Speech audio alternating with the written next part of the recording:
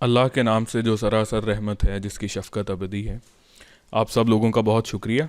आप लोग आज फिर बुक क्लब के सेशन के लिए तशरीफ़ लेकर आए हैं और आप लोगों की यही प्रेजेंस है और यही आप लोगों की कंसिस्टेंसी है जिसकी वजह से हमने भी अब सेशंस कुछ बढ़ा दिए हैं। तो हमारी खुशकिस्मती है कि दौरे हाजिर के पाकिस्तान में एक इंतहाई अच्छे राइटर और बहुत अच्छे माहिर तालीम हमारे साथ मौजूद हैं। उसामा सिद्दीक़ साहब 3 किताबों के, कम व बेश 3 किताबों के, कुछ उनकी ऐसी किताबें जो पाकिस्तान में भी पब्लिश नहीं हुई, 2 नावल्स हैं उसमें। उनमें से एक नावल पे हम आज गुफ्तगू उनसे सुनेंगे और उनकी एक किताब कानून पे है।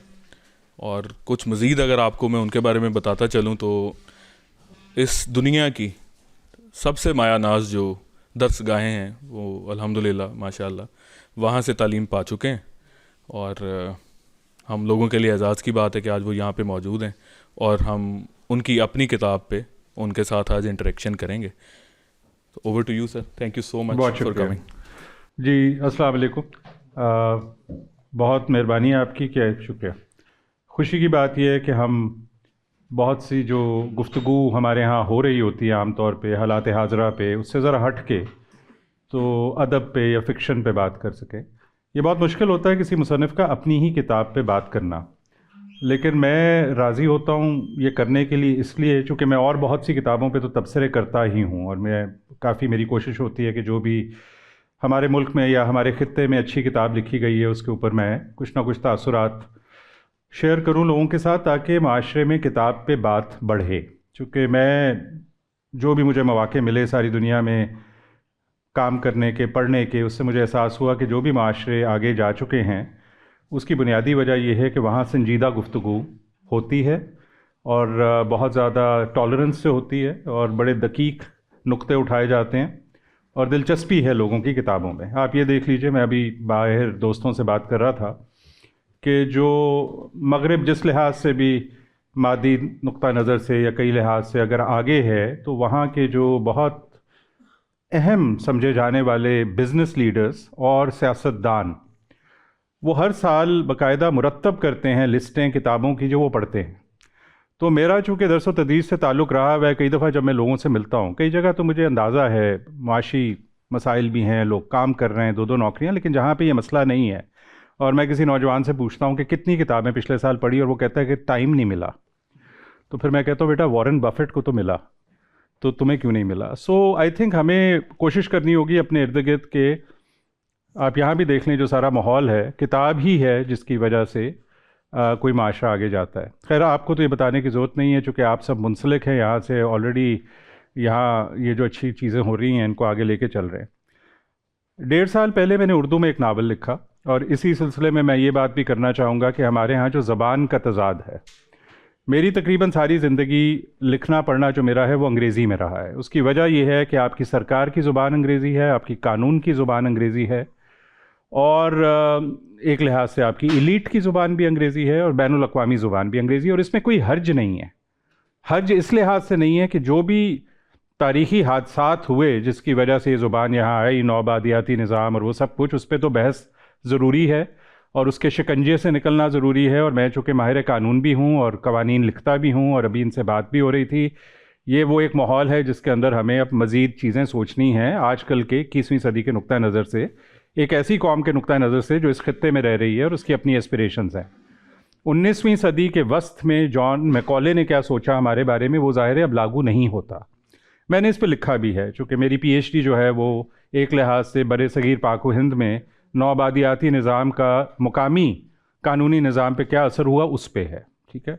और वो अगले हफ्ते दोबारा छप रही है यहाँ पे, चूँकि वो बाहर कैम्ब्रिज से छपी थी, यहाँ मुहैया नहीं थी और हमने इंतहाई लियाकत का मुजाहरा करते हुए हिंदुस्तान से किताबें मंगवाना बंद कर दिया। हालांकि उसकी वजह से बहुत से लोगों को बहुत सी सस्ती अच्छी किताबें मिलती थी और ख़ुद हमने कोई किताबों की तरफ तवज्जो नहीं दी। बहरहाल वो किताब for what ever its worth will be available. कहना मैं ये चाह रहा हूँ कि मैंने इतने साल अंग्रेज़ी में बात करने के बाद उर्दू में लिखना क्यों ज़रूरी समझा। बहुत सी बड़ी, मेरा ख्याल में ऑब्वियस सी बातें हैं।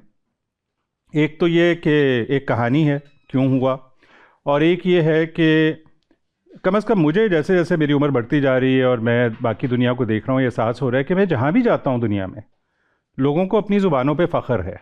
अभी मैं तुर्की में था, उससे पहले मैं यूएई में था, तो वो अरबी और तुर्की में ही बात करना पसंद करते हैं। हमें तो खैर एक लिहाज से एडवांटेज है, अगर हमें एक से ज़्यादा ज़ुबानें आती हैं पाकिस्तानियों को फ़ायदा होता है। लेकिन शनाख्त का ताल्लुक़ और जो आपका तासुरात ज़िंदगी की जो हसास चीज़ें हैं, चाहे वो रोमान है, चाहे वो मज़ा है, चाहे वो अलमिया है, वो आपकी अपनी ज़ुबान के अंदर जो एक कैफियत आप बयान कर सकते हैं वो वैसे नहीं कर सकते। दूसरा, एक ऐसा मुल्क जिसमें अंग्रेज़ी निज़ाम तालीम को राइज किया भी गया है और नहीं भी किया गया, और बहुत से लोग अंग्रेज़ी से इंटिमिडेट होते हैं। तो मैं अगर पाकिस्तान में रहता हूँ तो मैं बुनियादी तौर पे जो कहानी सुनाना चाहता हूँ वो तो फेलो पाकिस्तानीज़ को है ना, मैं कोई अंग्रेज़ों के लिए तो नहीं लिख रहा। तो अगर मैं लोगों तक पहुँच ही नहीं रहा तो फ़ायदा क्या उसका। और तीसरी वजह ये थी कि मैंने जब इस कहानी का एक किरदार सोचा जो इसका ताल्लुक़ अंदरूनी शहर, लाहौर के अंदरूनी शहर से है, तो वो किरदार एक ऐसा किरदार है जो आपको भी ज़िंदगी में मिला होगा, जो थोड़ा सा कार्टून नुमा लगता है लेकिन असल में एक ज़हीन आदमी है, और इस पेचीदा माशरे में कम वसाइल के बावजूद बहुत आसानी से वो सरवाइव भी कर रहा है, दूसरे लोगों की मदद भी कर रहा है, उसका एक वैल्यू सिस्टम भी है, लेकिन उसको अंग्रेज़ी नहीं आती। तो अगर आप उसको अंग्रेज़ी में, जब मैंने ये किताब लिखनी शुरू की तो वो किरदार जो था ना वो एक कैरिकेचर लग रहा था, यानी वो एक कार्टून लग रहा था। मैं उसको कार्टून के तौर पे बिल्कुल नहीं ज़ाहिर करना चाह रहा था, और इस तरह का बहुत से हिंदुस्तान पाकिस्तान के अंग्रेज़ी में लिखने वाले मुसन्निफ़ीन ये काम कर चुके हैं कि यहाँ के किरदारों को वो बतौर कार्टून पेश करते हैं। मुझे बहुत से लोग मिले हैं जिनको अंग्रेज़ी को बहुत अच्छी नहीं आती, लेकिन आप उनसे उनकी अपनी ज़ुबान में बात करें यहाँ पे तो वो इंतहाई मुस्तनद और मुतासिर कुन बात करते हैं। तो मुझे बड़ा इस पर मुझे हुआ, मैंने कहा मैं इसको उर्दू में क्यों ना लिखूँ। अब मसला ये है कि मैंने उर्दू पढ़ी मैंने, और यहाँ पे सब कुछ, और सारी ज़िंदगी उर्दू अदब पढ़ता रहा हूँ, लेकिन ज़ुबान में रवानी तो फिर करने से आती है। अब ये आप चीज़ देखिए कि जो चीज़ आपको बचपन में सिखा दी जाती है वो किस तरह आपके पास रह जाती है, कि 35 साल बाद, 40 साल बाद भी जब मैंने लिखना शुरू किया तो ये 650 सफ़े का नावल मैंने 10 महीने में लिख लिया। और मेरी खुशकिस्मती है कि कुछ संजीदा पढ़ने वाले और कुछ आप जैसे अच्छे कारी जो हैं उनके ख्याल में ये कोई रायगां नई चीज़ थी। लेकिन दूसरी वजह फ़िक्शन लिखने की ये है कि मुझे ये लगता है कि फ़िक्शन इंसान की सबसे बड़ी दरियाफ़्तों में से एक दरियाफ़्त है। नॉन फिक्शन तो है ही, इल्म तो है ही, बहुत से उलूम हैं और मैं भी 2-2.5 के साथ मेरा भी ताल्लुक़ है, लेकिन कहानी जो है वो इंसान की सबसे पहली चीज़ है जो उसने करनी सीखी, जो बाकी तमाम स्पीशीज़ से उसको मुमताज़ करती है। ये बात कि इंसान एक नैरेटिव बना सकता है और फिर वो नैरेटिव जो है वो दूसरों तक पहुंचा सकता है, और फिर उस नैरेटिव के लोग गर्विदा हो जाते हैं, चाहे वो मज़हब है, चाहे वो नेशनलिज्म है, चाहे वो कोई और आइडियोलॉजी है। ये एक बहुत बड़ी बात है। आप देखें ना कि एक शख्स एक कहानी बनाता है, और वो, अब जाहिर है मैं इसमें इल्हामी बातों की बात नहीं कर रहा, इस वक्त ये बहस नहीं है, मैं सिर्फ ये बात कर रहा हूँ कि कहानी बयान करना जो है वो कितनी एक अहम चीज़ है।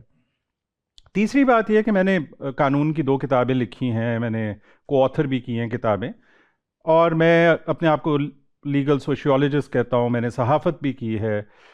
कितने ये जो जॉनराज हैं ना, उसकी बनिस्बत जो कहानी का जॉनर है या फ़िक्शन का जॉनर है, उसके अंदर आपके पास एक बेपनाह वुसअत है और सलाहियत है कि आप बहुत कुछ कर सकते हो। आप चाहो तो आप मोहनजोदाड़ो के महल्लो बकू में कहानी लिख दो, आप चाहो तो फ्यूचर की बात कर दो। जिस किताब को बुकर प्राइज़ मिला है इस साल, मैं दोस्तों से जिक्र कर रहा था, उसका नाम है ऑर्बिटल, और वो ऑर्बिटल का जो नावल है कोई 135-138 सफ़े का, वो 24 घंटे की कहानी है जिसके दौरान इंटरनेशनल स्पेस स्टेशन गालिबन 12 या 16 चक्कर ज़मीन के गिर्द लगाता है, और 6 उसमें एस्ट्रोनॉट्स हैं, और जब वो एस्ट्रोनॉट्स खला से ज़मीन को देखते हैं तो उनके अंदर क्या तासुरात पैदा होते हैं, ये वो कहानी है।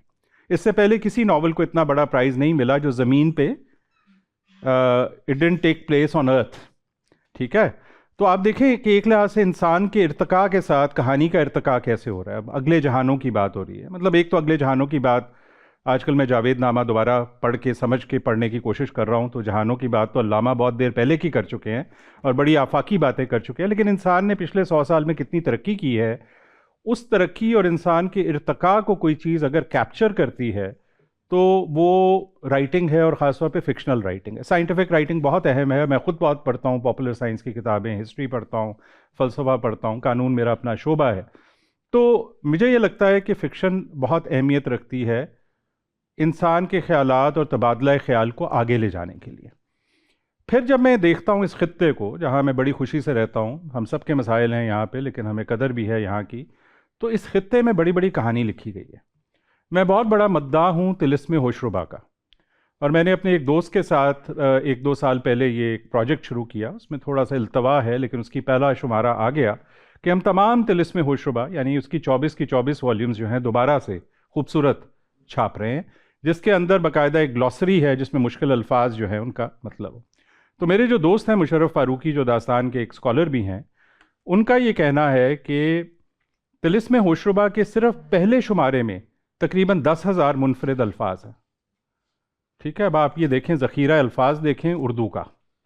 अभी बाकी ज़ुबानों की भी बात करेंगे, जितना भी मुझे इसके इल्म है कि फ़ारसी क्या चीज़ है और पंजाबी क्या चीज़ है और सिंधी। आप उर्दू को देखिए जो कि एक नई ज़ुबान है, इसका मतलब है कि कई चीज़ों के नाम हैं वहाँ पे जो कि अब वो चीज़ें ही नहीं हैं, और बहुत से अल्फाज ऐसे हैं जिनको हम भूल चुके हैं। अगर किसी का ये कहना है ना कि हमारी ज़ुबान में वुसअत नहीं है, बाय द वे, अगर मुझे आपको मौका मिला दोबारा इंशाल्लाह मिलने का, तो अगली दफ़ा मैं अपनी अंग्रेज़ी में जो किताब है उस पर बात करूँगा और अंग्रेज़ी में करूँगा। और उसकी वजह कुछ और नहीं है सिवाय इसके कि मैं इस चीज़ का मोतरफ़ हूँ कि हमें अब इस ज़ुबान की डिवाइड से निकल के आगे चलना चाहिए, और हमें अंग्रेज़ी और उर्दू और तीसरी ज़ुबान जो सीख सकते हैं वो सीखनी चाहिए। बहुत हो गया, हमारी बहुत एजुकेशन पॉलिसीज़ फेल हो गई। अंग्रेज़ी के बगैर गुजारा नहीं है दुनिया में, चूँकि हम इतने पीछे रह गए हैं नॉलेज प्रोडक्शन में। आपके शायद इल्म में ये बात हो कि हार्वर्ड यूनिवर्सिटी का जो एंडाउमेंट है, जो पैसे मुख्तस कर दिए गए हैं उसको चलाने के लिए, जो मैंने लास्ट चेक किया था, अब ऊपर नीचे होगा, वो $35 बिलियन है। ठीक है ना। सो लोगों ने पैसा डाला है तालीम में, और फिर उसके नताइज आपको नज़र आ रहे हैं। तो हमने खैर उस तरफ तो जो काम करना है सो करना है, लेकिन अंग्रेज़ी की ये 12 अल्फाज दी। सो 10,000 अल्फाज तिलिस्मे होशरुबा में है। मैंने दुनिया जहान का जितना फैंटेसी लिटरेचर है उसमें से कुछ ना कुछ पढ़ने की कोशिश की है। मैंने इससे कमाल कहानी किसी ज़ुबान में नहीं पढ़ी। चूँकि अच्छा, तिलिस्मे होशरुबा पे अलग बात हो सकती है। कहने का मकसद ये है, अच्छा लोगों का ख्याल है जी जादुई कहानियाँ, परियाँ, और ये मतलब किस ज़माने की बात कर रहे हैं, दुनिया कहाँ, ऐसे नहीं है। इट्स अ वर्ल्ड बिल्डिंग जिसको आप कहते हैं फैंटेसी के अंदर, इट्स अ वर्ल्ड बिल्डिंग, और उसके अंदर शर और अच्छाई की जो लड़ाई है, उसमें जो इंसानी शख्सियात के पहलू हैं, माशरे के जो उसके अंदर नुकात हैं कि किस तरह से तश्कील होता है, उसमें जो इमेजिनेशन है, उसमें जो फ्यूचरिस्टिक चीज़ें हैं, आपको उसमें रोबोट का कॉन्सेप्ट मिलता है, आपको उसमें होलोग्राम का कॉन्सेप्ट मिलता है, आपको उसमें ड्रोन का कॉन्सेप्ट मिलता है। सो मेरा मकसद है कि जब आपके अपने मुल्क में इतना बड़ा अदब है तो उसको हम आगे क्यों नहीं लाते। आप जाएं दुनिया में किसी जगह, जो टॉल्किन की लॉर्ड ऑफ द रिंग्स है, बहुत अच्छी किताब है, किस तरह से उसके कोई 50 किस्म के एडिशन मिलते हैं। आप सो मेरा मतलब है कि किताब की कदर करना और किताब को आगे लेके आना बहुत ज़रूरी है। पहले अपने काम की वो तो करें। सो इस किताब में अब मैं इसकी तरफ आता हूँ और इन चीज़ों को इससे जोड़ने की कोशिश करता हूँ। मेरे बहुत से एजेंडाज थे, ऑल्दो मैं फ़िक्शन उस तरह से नहीं लिखता जिस तरह से मैं नॉन फिक्शन लिखता हूँ। नॉन फिक्शन या रिसर्च के अंदर आप बहुत प्लानिंग करते हैं, कई लोग कहानी लिखने में भी बहुत प्लानिंग करते हैं।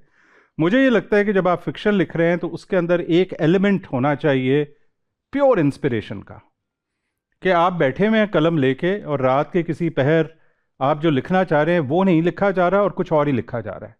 और मेरे साथ वो तजर्बा हो चुका है। वो ठीक है, मैं जो बहुत बड़े राइटर हैं दुनिया के, वो तो ये मानते हैं कि उनको एक तरह का इल्हामी तजर्बा होता था। मैं उस तो ना 3 में ना 13 में, लेकिन this much I have experience that there is something called inspiration. और वो इस तरह से कि मेरी जो पिछला नावल था अंग्रेज़ी में, उसका नाम है snuffing out the moon. Snuffing out the moon Agha Shahid Ali, Kashmir से उनका ताल्लुक़ था, अंग्रेज़ी के बड़े अच्छे शायर थे। उन्होंने तर्जमा किया था फैज़ अहमद फैज़ साहब की नज़म का जिंदा की एक शाम। सो चांद को गुल करें तो हम जाने, उसी का तर्जुमा है, जो फिर बाद में मेरे नावल का तर्जुमा आसिम बख्शी साहब ने किया।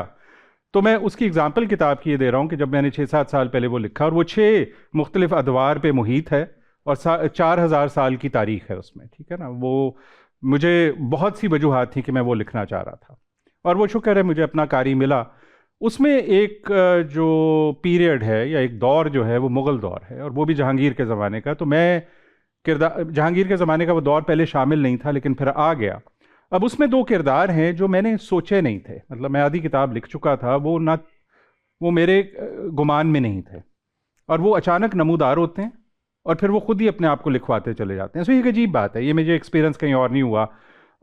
सो इंस्पिरेशन बहुत ज़रूरी है लिखने के लिए और बहुत सी चीज़ों के अलावा। खैर, ये जो नावल है और मेरे साथ हमेशा ये होता है कि ज़िंदगी का कोई अलमिया मुझे लिखने पे मजबूर करता है। शायद आप आम ज़िंदगी से तवज्जो हटाते हैं,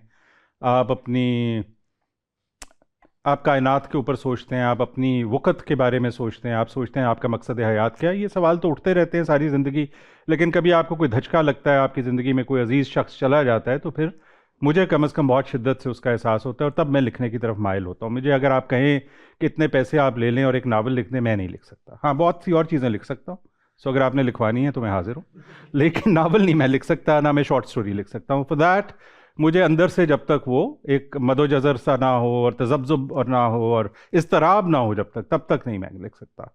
तो दूसरा मेरा मसला ये है कि मेरा कहना ये है कि नावल बहुत इर्तिका कर चुका है। तो कुछ घिसे पटे असूलों के तहत जो नावल को देखा जाता था आज से 30 साल 40 साल पहले, प्लॉट होता है, कैरेक्टर हो, ऐसे नहीं है।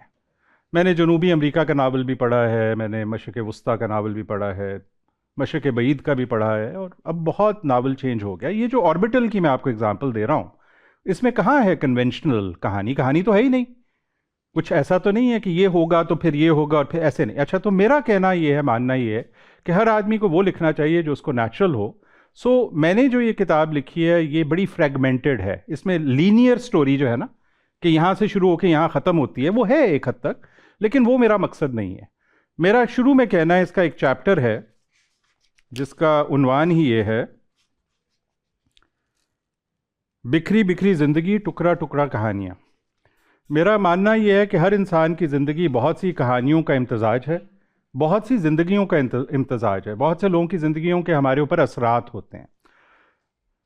बहुत सी ज़िंदगी ऐसी है जो हम याददाश्त और इमेजिनेशन में गुजारते हैं, हम इमेजिन कर लेते हैं चीज़ें आगे पीछे। अब आपको मार्सेल प्रूस्त का पता होगा, बड़े मशहूर फ्रांसीसी राइटर हैं। रिमेम्बरेंस ऑफ थिंग्स पास्ट उनका नावल है जो कि कई हिस्सों पे मुश्तमिल है, और फ्रांसीसी अदब का सिर्फ शाहकार नहीं बल्कि आलमी अदब का शाहकार समझा जाता है। उसकी बड़ी दिलचस्प कहानी है कि उसमें प्रूस्त एक दिन किसी कैफ़े पे बैठा हुआ था और उसने एक बिस्किट खाया, और वो बिस्किट से उसे अपना बचपन याद आ गया, चूँकि वो एक ख़ास किस्म का बिस्किट था जो बचपन में खाया करता था, और उससे उसकी एक इमेजिनेशन स्टर होती है और वो कोई 2000 सफ़े का नावल लिख देता है, ठीक है, जो कि शाहकार समझा जाता है। सो हमारी ज़िंदगी जो है ना, इंसान की ख़ास तौर पर, वो ख़यालाती ज़िंदगी भी है, तसव्वुराती ज़िंदगी भी है, सिर्फ हकीकी ज़िंदगी नहीं है। सो मेरी कहानी का आगाज़ एक कब्रिस्तान से होता है, क्योंकि जैसा मैंने कहा कि वो मौत का जो तसव्वुर है, और ख़ास तौर पे किसी अजीज़ की मौत के बाद, वो आपको हिला के रख देता है। और उससे भी पहले जो हरफ अव्वल है, एक किताब के अंदर कितने मुहर्रिकात और कितनी इंस्पिरेशंस होती हैं, मैं उसकी आपको एग्जांपल दे रहा हूँ। एक तो मैंने ज़ाती ट्रेजेडी बता दी। हरफ अव्वल है, मैं अजनबी, मैं बेनिशा, मैं पाबा गिल, ना रिफ़त मुकाम है, ना शोहरत दवाम है, ये लौहे दिल, ये लौहे दिल, ना इस पे कोई नक्श है, ना इस पे कोई नाम है। मजीद अमजद। तो ये किताब लिखने के दौरान थ्रू आउट मैं मजीद अमजद पढ़ता रहा हूँ। इस किताब में आपको वैसे कोई 30-40 किताबों के हवाले मिलेंगे, चूँकि मैं उस तरह का मुसन्निफ़ हूँ जो अगर किसी और की तसनीफ़ से बहुत मुतासिर होता है तो उसको अपनी कहानी में पिरोने की कोशिश करता है। तो चाहे अल्बेनियन इस्माइल कदारे हैं, चाहे आपके होज़े सारामागो हैं, अपना पुर्तगाली नोबेल प्राइज़ विनर, फिर आपके फर्नांडो पेसोआ जो कि एक और बड़े मशहूर पुर्तगाली राइटर थे, बेतहाशा लोगों का, और इसमें ज़िक्र इसलिए है, लेकिन इसमें मजीद अमजद कई जगह नमूदार इसलिए होते हैं कि मैंने मजीद अमजद को दोबारा जब पढ़ा और मेरे पे ज़ाहिर है कोई कैफियत तारी थी जिसकी वजह से मजीद अमजद की शायरी का मुझ पर असर ज़्यादा हो रहा था। सो कैफियत मुझे वहाँ लेके जा रही थी और उसको पढ़ के वो कैफियत मजीद तारी हो रही थी, कैटलिस्ट समझ लें आप। तो मुझे अंदाज़ा हुआ कि मजीद अमजद की एक तो अपनी ज़िंदगी जो इतनी एक मुश्किल और कसमपुरसी वाली ज़िंदगी थी, लेकिन बहुत डिग्निफाइड ज़िंदगी थी, फ़लसफ़ियाना ज़िंदगी थी, मुतालिया करते थे, छोटी सी जगह पे रहते थे, जो आफाकियत आपको उनकी नज़मों में मिलती है, जो मज़ामीन वहाँ पे मिलते हैं, और वो ज़ाहिर फ़िज़िक्स भी पढ़ते थे, चूँकि जो बातें वो 40-50 साल पहले अगर वो शायरी के असलूब में भी बात करते हैं कि गैलेक्सीज़ फॉर्म कैसे करती हैं, तो उन्होंने उस ज़माने का साइंसी लिटरेचर भी पढ़ा हुआ था। अहमद मुश्ताक साहब बड़े हमारे मुमताज़ शायर हैं और वो बाहर रहते हैं। मुझे रिसेंटली उनसे मुलाकात का शर्फ हासिल हुआ और उन्होंने एक बड़ी अहम बात की। उन्होंने मुझे कहा कि शायर के लिए तो फ़िक्शन और वसीउल मुतालिया होना और भी ज़रूरी है। अब आप ये बात सुनिए, चूँकि हमारे यहाँ तासुर ये होता है कि अगर आप तुकबंदी अच्छी कर लेते हैं तो आप शायर बन जाते हैं। हम जिन शायरों को मानते हैं वो तो उनकी बसीरत किसी और दर्जे पे है। अच्छा, सो बहरहाल मियानी साहब कब्रिस्तान से कहानी शुरू होती है। मजीद अमजद की शायरी से इसका आगाज़ है, और इसके बाद ये जिस तरह से मैं हमेशा लिखता हूँ, जो भी मेरा महदूद अभी तक तजर्बा है, कि मैं माजी और हाल के दरमियान कहीं भटकता हूँ। कभी माजी में जाता हूँ, कभी हाल में आता हूँ, चूँकि मेरा ख्याल में गुज़श्ता से पेवस्ता है हर चीज़, और उसके बगैर आप चाहे मेरी लीगल रिसर्च हो, वो भी हिस्टोरिकली कंटेक्चुअलाइजेशन की मैं बात करता हूँ। सो इसके अंदर जो बेतहाशा चैप्टर हैं उनमें एक ऐसी चीज़ है जो ज़मानो मकान से मावरा मैंने बनाने की कोशिश की है। चूँकि जहाँ पे सेक्शंस हैं तब और अब, तो एक सेक्शन बीच में आता है जिसका नाम है कभी और कहीं। ठीक है, वो अब क्या है उसकी एक मिस्ट्री है जो आप मुताला करेंगे तो आप शायद अप्रिशिएट करें उसमें। और फिर इसके बीचों बीच किताब के एक सेक्शन आता है जिसमें 4 चैप्टर हैं, जिसका नाम है वक्त, जो मेरे ख्याल में सबसे बड़ा मुअम्मा है। और मैंने उसके ऊपर फिर मज़हब के अंदर क्या लिखा गया है, शायर क्या कहते हैं, फिज़िसिस्ट क्या कहते हैं। ये किताब लिखते हुए मैंने फ़िज़िक्स भी पढ़ी, चूँकि मैं साइंस का तालिब इल्म मैट्रिक के बाद नहीं रहा था और मुझे इस चीज़ का हमेशा से एहसास है और मुझे साइंस बहुत पसंद है, लेकिन मैं एक और तरफ निकल गया। तो जो पॉपुलर साइंस पे और एस्ट्रोनॉमी पे किताबें आती हैं, मेरी कोशिश होती है जितना मैं पढ़ सकूँ पढ़ूँ। और वो फिर एक थोड़ी सी अजीबोगरीब बात है कि आप एक चीज़ लिख रहे हैं प्रोज़ में, लेकिन उस पर जो असरात हैं वो थियोरेटिकल फिजिसिस्ट के भी हैं, क्वांटम मैकेनिक्स में लोग क्या काम कर रहे हैं उनके भी हैं, और मजीद अमजद के भी हैं, और अल्लामा तो क्यों ना हो। क्योंकि मैं तो इस चीज़ को मानता हूँ कि तमाम उलूम आपस में मुंसलिक हैं और हमें अपने आप को महदूद नहीं करना चाहिए। और पहले इल्म की डेफिनेशन ये थी कि वो महदूद नहीं होता था। अच्छा, इसमें एक चीज़ जो मैंने और की है वो ये की है कि मैंने 10 इक़्तिबासात लिए हैं हमारे ख़ित्ते के बड़े अदब से, चाहे वो अलिफ लैला है, चाहे वो बेताल पचीसी है, चाहे वो तिलिस्मे होशरुबा है, चाहे वो आराइश महफिल या किस्सा हातिम ताई है। और मैंने वो 10 इक़्तिबास वहाँ से लेके दास्तान अमीर हमज़ा है, वो इक़्तिबास किसी ना किसी जगह पिरोया है इस कहानी में, लेकिन उस इक़्तिबास का जो मरकज़ी ख़्याल या कोई मरकज़ी किरदार था उसको फिर मैं अपने नैरेटिव में ले आता हूँ।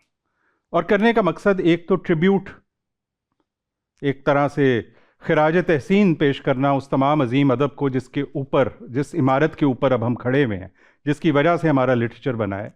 और इसलिए भी क्योंकि मुझे ये लगता है कि उस लिटरेचर में कई चीज़ें ऐसी हैं जो यूनिवर्सल हैं, उनकी वक़्त और उनकी अहमियत और उनका मानी महदूद नहीं है उस ज़माने तक। वो बात आज भी, मसलन उसमें फिर मजाक के पहलू भी है, आप शायद जानते हों। और ये देखें किस तरह से हिस्ट्री और लिटरेचर आपस में मुंसलिक हैं। दास्तान अमीर हमज़ा में एक किरदार है पीर तस्मा पा। पीर तस्मा पा एक जजीरे पे एक मखलूक है, और जब अमर अय्यार और अमीर हमज़ा वहाँ पे जाते हैं तो वो धोखा दे के उनके कंधे पे सवार हो जाता है और अपना टांगें जो है ना उनकी गर्दन के गिर्द इस तरह पिरो के एक तरह से उन पे हावी हो जाता है और कहता है मुझे सैर कराओ। एक बला है। पीर तस्मा पा का कॉन्सेप्ट अलिफ लैला में भी है। पीर तस्मा पा का concept the old man of the sea Odyssey में भी है, होमर की ओडिसी में। तो कब से कहानी चल रही है, तो अपने हकीर लेवल पे मैंने वही पीर तस्मा पा अपनी कहानी में भी डाल दिया। फ़र्क सिर्फ इतना है कि वो पीर तस्मा पा मेटाफोरिकल है, रियल नहीं है, और वो 21वीं सदी में है। वो कौन है वो एक अलग कहानी है। सो एक मैंने ये इसमें करने की कोशिश की। अच्छा, अभी एक बहुत बड़ा सवाल ये था कि मैं कैसी उर्दू लिखूं या मैं कैसी उर्दू लिख पाऊंगा। और मेरे सामने ये बात बड़ी क्लियर थी। कुछ लोगों को लगता है कि नहीं, इसमें क्लासिकी असलूब का असर है, कुछ लोग कहते हैं बड़ी मॉडर्न है। एक बड़ी मुरस्सा और बड़ी ऑर्नेट किस्म की उर्दू है जो हमारे यहाँ उर्दू दान इस्तेमाल करते हैं। वो मैं कोई 11 मिनट तो पढ़ सकता हूँ, लेकिन उसके बाद मेरे लिए मुश्किल हो जाता है, क्योंकि हर जगह कहानी के अंदर वो फिट नहीं होती। मेरा ये ख्याल है कि ज़ुबान को मॉडिफाई करना चाहिए आपको महल्लो वकू और किरदार के मुताबिक। सो अंग्रेज़ी में इसको कहते हैं higher registers of language and lower registers of language. इसी कई, अगर आप एक शख्स की बात कर रहे हैं जो लिटरेचर का प्रोफेसर है और वो लिटरेचर पे लेक्चर दे रहा है, तो उसकी ज़ुबान और होगी। अगर आप भाटी जाके एक बंदे से गप लगाते हैं तो वो ज़ुबान और होगी। ऑब्वियस सी बात है, आप एक ही टोन में नहीं लिख सकते। पहली बात तो ये। दूसरा, मैंने वो उर्दू लिखी जो मेरी उर्दू है, जिस पे कुछ असर मेरे मुताले का ज़रूर है, लेकिन मैं एक लाहौरी हूँ, मैं एक पंजाबी हूँ। मैं लखनऊ वाली उर्दू ना तो लिख सकता हूँ ना लिखना चाहता हूँ, और जब मैंने लखनऊ वाली उर्दू पढ़नी होती है तो लखनऊ वाले बड़े अच्छे राइटर हैं, मैं उनको जाके पढ़ता हूँ और मज़ा आता है मुझे। और मेरा ये ख्याल है कि ज़ुबान की खूबसूरती ये है उर्दू की और इस तरह की और ज़ुबानों की कि उसका मिजाज हैदराबाद में और है। अभी हमारे एक दोस्त हैं जिनका ताल्लुक़ कोयटा से, उन्होंने मुझे किताब भिजवाई जिसमें उन्होंने कोयटा की बोली जो उर्दू थी वो भिजवाई, मुझे बड़ा लुत्फ़ आया।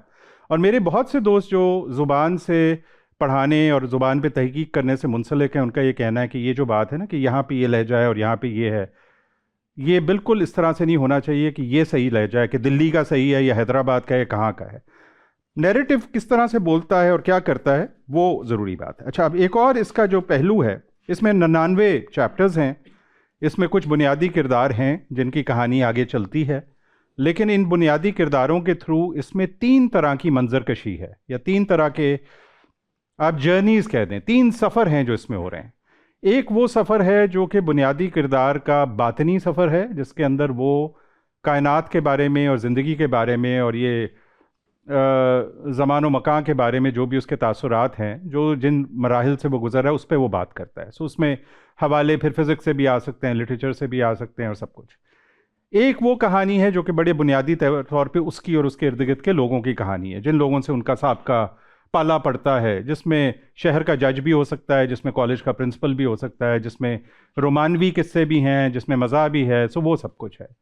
और एक लेवल पे ये कहानी एक शहर की कहानी है, चूँकि शहर बड़े अहम हैं इंसानी ज़िंदगी में। और उसमें जिस किताब ने मुझे मुतासर किया, जिसका यहाँ पे आपको झलक मिलती है, वो एक इतालवी राइटर हैं इटालो कैल्विनो, और उनकी एक किताब है इनविजिबल सिटीज़। और वो किताब बड़ी दिलचस्प है। उस किताब में उन्होंने ये दिखाया है कि मार्को पोलो कुबलाए ख़ान के दरबार में मुलाजिम है। अब ये मार्को पोलो के अपने जो सफ़र हैं, शायद आपके इल्म में ये बात हो कि इसके बारे में कई मुहक्किक अब ये कहते हैं कि शायद ये फ़र्ज़ी सफ़र थे, मार्को पोलो कभी चीन गया नहीं। उसकी वजह यह है कि उसकी किताबों में कुछ कॉन्ट्रडिक्शंस मिलती हैं और कुछ ऐसी बड़ी ज़ाहिर और आयां चीज़ें हैं जिसका उसने ज़िक्र नहीं किया। मसलन अगर वो चीन गया तो उसने दीवार चीन का ज़िक्र ही नहीं किया, लेकिन कई और हवाले उसमें ऐसे हैं जो मुस्तनद भी लगते हैं। बहरहाल ये तो एक फ़िक्शनल कहानी है। इटालो कैल्विनो और उम्बर्तो एको, इस तरह के इटालवी राइटर्स बहुत ये मज़ेदार काम करते हैं। इन्होंने कहानी की बुनियाद और स्ट्रक्चर को बिल्कुल तब्दील करके रख दिया। तो कहानी ये है कि कुबलाए ख़ान ये फ़र्ज़ सौंपता है मार्को पोलो के कि तुम मेरे सल्तनत के मुख्तलिफ़ शहरों में जाओ और मुझे बताओ वहाँ हालात व वाक़यात कहाँ हैं। तो आप समझिए कोई 54 के करीब खाकें हैं जो कि पेश करता है कुबलाए ख़ान के सामने मार्को पोलो। और कहानी के आखिर में ये पता चलता है कि वो 54 के 54 खाके मुख्तलिफ़ नुक्ता नज़र से वेनिस के खाके हैं, जो उसका शहर है, जो उसके दिल में बसा हुआ है। सो एक ही शहर में बसने और एक ही शहर को देखने के बहुत से तरीके हैं। डिपेंड करता है कौन देख रहा है, कब देख रहा है, किस ज़माने में देख रहा है, किन हालात व वाक़यात के दरमियान देख रहा है। तो मुझे ख्याल आया कि दुनिया के बहुत जो अजीम शहर हैं उनके बारे में बड़ी कमाल किताबें लिखी गई हैं। आप देखें, पेरिस में बेतहाशा, विक्टर ह्यूगो को देख लें, हंचबैक ऑफ नोत्र डेम देख लें, ले मिज़राब देख लें, डिकन्स ने जिस तरह से लंदन को कैप्चर किया है, ओरहान पामूक ने जिस तरह से इस्तांबुल को कैप्चर किया है, गैब्रियल गार्सिया मार्केज़ ने जिस तरह कार्तहेना को one can go on and on. तो नॉट कि मैंने बेड़ा उठाया है या मैं इस काबिल हूँ, लेकिन लाहौर पे और लिखना चाहिए। बहुत अजीम शहर है, बड़ा खूबसूरत शहर है। और मैं ये नहीं कह रहा कि ये किताब लाहौर के बारे में, चूँकि लाहौर में भी यूनिवर्सैलिटी है। मैं लाहौर का नाम कहीं नहीं लेता सिवाय एक चैप्टर के। और आप बाकी लोग पहचान जाएंगे लाहौरी वैसे कि इसमें कितना लाहौर है। लेकिन मेरा कहने का मकसद ये था कि मैं इस शहर में रहता हूँ और मैं इस शहर से मोहब्बत करता हूँ, लेकिन मैं बहुत दिगरगूं भी महसूस करता हूँ इस शहर में जो इसके हालात हैं। और लेकिन फिर मुझे ख्याल आया कि हर शहर ने उजड़ जाना है। शहर तो बनते ही उजड़ने के लिए, इंसान की ज़िंदगी की हकीकत ही ये है। लेकिन फिर मुझे ख्याल आया कि उजड़ना तो है, लेकिन ये बड़ा self defeatist point of view है। क्या कोई ऐसी चीज़ है जो शहरों को बनाती है, शहरों की अफजाइश करती है, और वो चीज़ें ख़त्म हो जाएं तो शहर मर जाते हैं? फिर मुझे एहसास हुआ वो चीज़ें क्या हो सकती हैं। मुझे ख्याल आया कि जब किसी माशरे में, किसी शहर में रहम का फुकदान हो, मोहब्बत का फुकदान हो, इंसाफ का फुकदान हो, इल्म का फुकदान हो, और फिर ज़ाहिर है माहौलियात में भी मसला आए, तो वो शहर मर जाते हैं। सो मुझे ये ख्याल आया कि क्यों ना मैं एक ऐसी कहानी लिखूं जो एक किरदार को तो चलें एक्सप्लोर करे, लेकिन ये कैरेक्टर ड्रिवन नावल ना हो। इसमें वो मेटाफिज़िकल सवाल माबादु तबियाती सवाल जो मेरे जहन में आ रहे हैं, जो मैं उसमें मुँह शगाफियाँ करना चाहता हूँ वो भी करूँ। नावल लिखने का बहुत बड़ा फ़ायदा ये ना, मेरी मर्ज़ी, आपने नहीं पढ़ना ना पढ़े, मैंने तो यही लिखना है। कई लोग जो है वो मार्केट के मुताबिक लिखते हैं, लेकिन अगर आपको खुद मज़ा नहीं आ रहा, एक बहुत अच्छी डेफिनेशन है किताब की कि वो किताब लिखें जो आप खुद पढ़ना चाहें, जिसमें आपकी दिलचस्पी हो। ठीक है, मुझे इस किस्म की किताबों में दिलचस्पी है। मैंने जो राइटर्स के नाम आपको लिए भी हैं और बेताशा और के भी शायद जिक्र आए, वो इसी तरह के राइटर्स हैं जो कहानी दर कहानी, अलिफ लैला में जैसे है, तिलिस्मे होशरुबा में जैसे है, कई परतें हों उसकी, कई माहौल हों उसमें, कई तरह के लहजे हों उसमें, मुझे वो मज़ा आता है। और उसके अंदर आप ये नहीं कि अब सियासत के ऊपर लेक्चर दे रहे हैं उसमें, और किताब मज़ाक के बगैर नहीं बन सकती। ठीक है ना, मेरा ख्याल में ज़िंदगी वैसी इतनी गंभीर है कि अगर आप लोगों को हंसाने की कोशिश नहीं करते। बहरहाल ये फिर वो जब एक दफ़ा वो कैफियत तारी हो गई, अब इसमें कुछ किरदार ऐसे थे जिनका ताल्लुक़ मेरी ज़ाती ज़िंदगी से था, और एक लिहाज से अपनी इस कहानी में उनको डालने का मकसद उनके साथ अपनी मोहब्बत का इजहार था, क्योंकि वो अब दुनिया में नहीं है। और मुझे एहसास हुआ कि मेरा बचपन इतना दिलकश क्यों था, उनकी वजह से था, या ये कि जो उनके अफकार या ख्यालात दुनिया के बारे में थे वो इतने मुतासिर कुन क्यों थे। अब जब मैंने थोड़ी दुनिया देख ली है तो मुझे एहसास होता है कि वो किस तरह की दानाई और दानिशमंदी की बातें करते थे। आप ये देख लें कि अब एक ही किताब लिखने के कितने एजेंडाज हैं। अच्छा, फिर मकसद उर्दू शायरी, चूँकि अब देखें ना अंग्रेज़ी की बनस्बत उर्दू का ये फ़ायदा है, अभी मैंने इस किताब का अंग्रेज़ी में रिक्रिएट कर लिया कि उर्दू में आप इंतहाई सहूलत से शायरी भी प्रोज़ में ला सकते हैं, और मैंने कई जगह उसका इस्तेमाल जहाँ पे बरमहल था वो मैंने करने की कोशिश की है। अब उर्दू जो है वो रोमानवी माहौल अगर आपने पैदा करना है उसके लिए बड़ी मौजूद ज़ुबान है।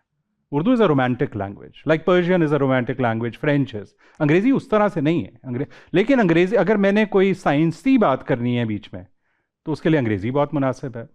बहरहाल वो तो मैं पहले ही गुजारिश कर चुका हूँ कि मेरा नुक्ता नज़र ये है कि हमें इन तमाम ज़ुबानों को अपना मान लेना है।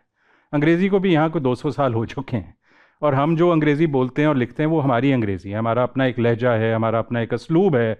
और मेरा ये ख्याल है कि जब आप एक से ज़्यादा ज़ुबानों के अंदर पढ़ते हैं और लिखते हैं तो उससे एक नया तरह का स्टाइल जो है वो आगे आता है। मुझे तो बड़ा इसका ये फ़ायदा ये हुआ है कि जो अंग्रेज़ी में यहाँ लिखने वाले हैं और उर्दू लिखने वाले हैं, दोनों के साथ एक ताल्लुक़ है, चूँकि अब ये बड़ा एक अलमिया है, ये लोग आपस में बात नहीं करते।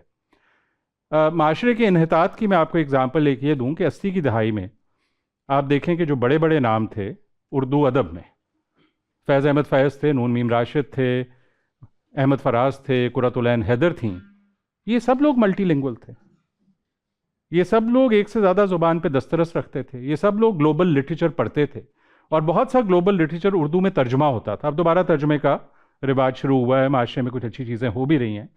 तो ये कॉस्मोपॉलिटन होने के लिए बड़ा ज़रूरी है कि आपकी दस्तरस बाकी दुनिया के लिटरेचर के हो, लेकिन अपने कदम अपनी धरती पे जमाए रखने और अपनी हकीकत को समझने के लिए बड़ा ज़रूरी है कि आपने यहाँ का लिटरेचर पढ़ा। अब मैं ये तजाद पैदा नहीं कर सकता कि मैं किसको फ़ौक़ियत देता हूँ, बुल्ले शाह को, गालिब को या शेक्सपियर को।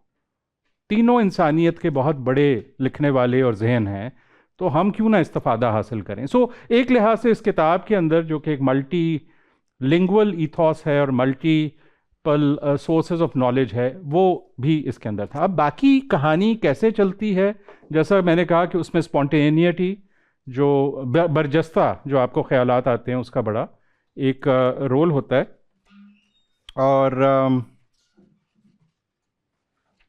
और क्या मैं कहूँ इसके बारे में, इसमें मैं जैसा कि मैंने कहा कि एक अब आपको कुछ चैप्टर्स का हवाला देता हूँ तो उससे आपको अंदाज़ा हो जाएगा। मसलन एक चैप्टर का नाम है ये सराय फ़ना भी अजब है मकां।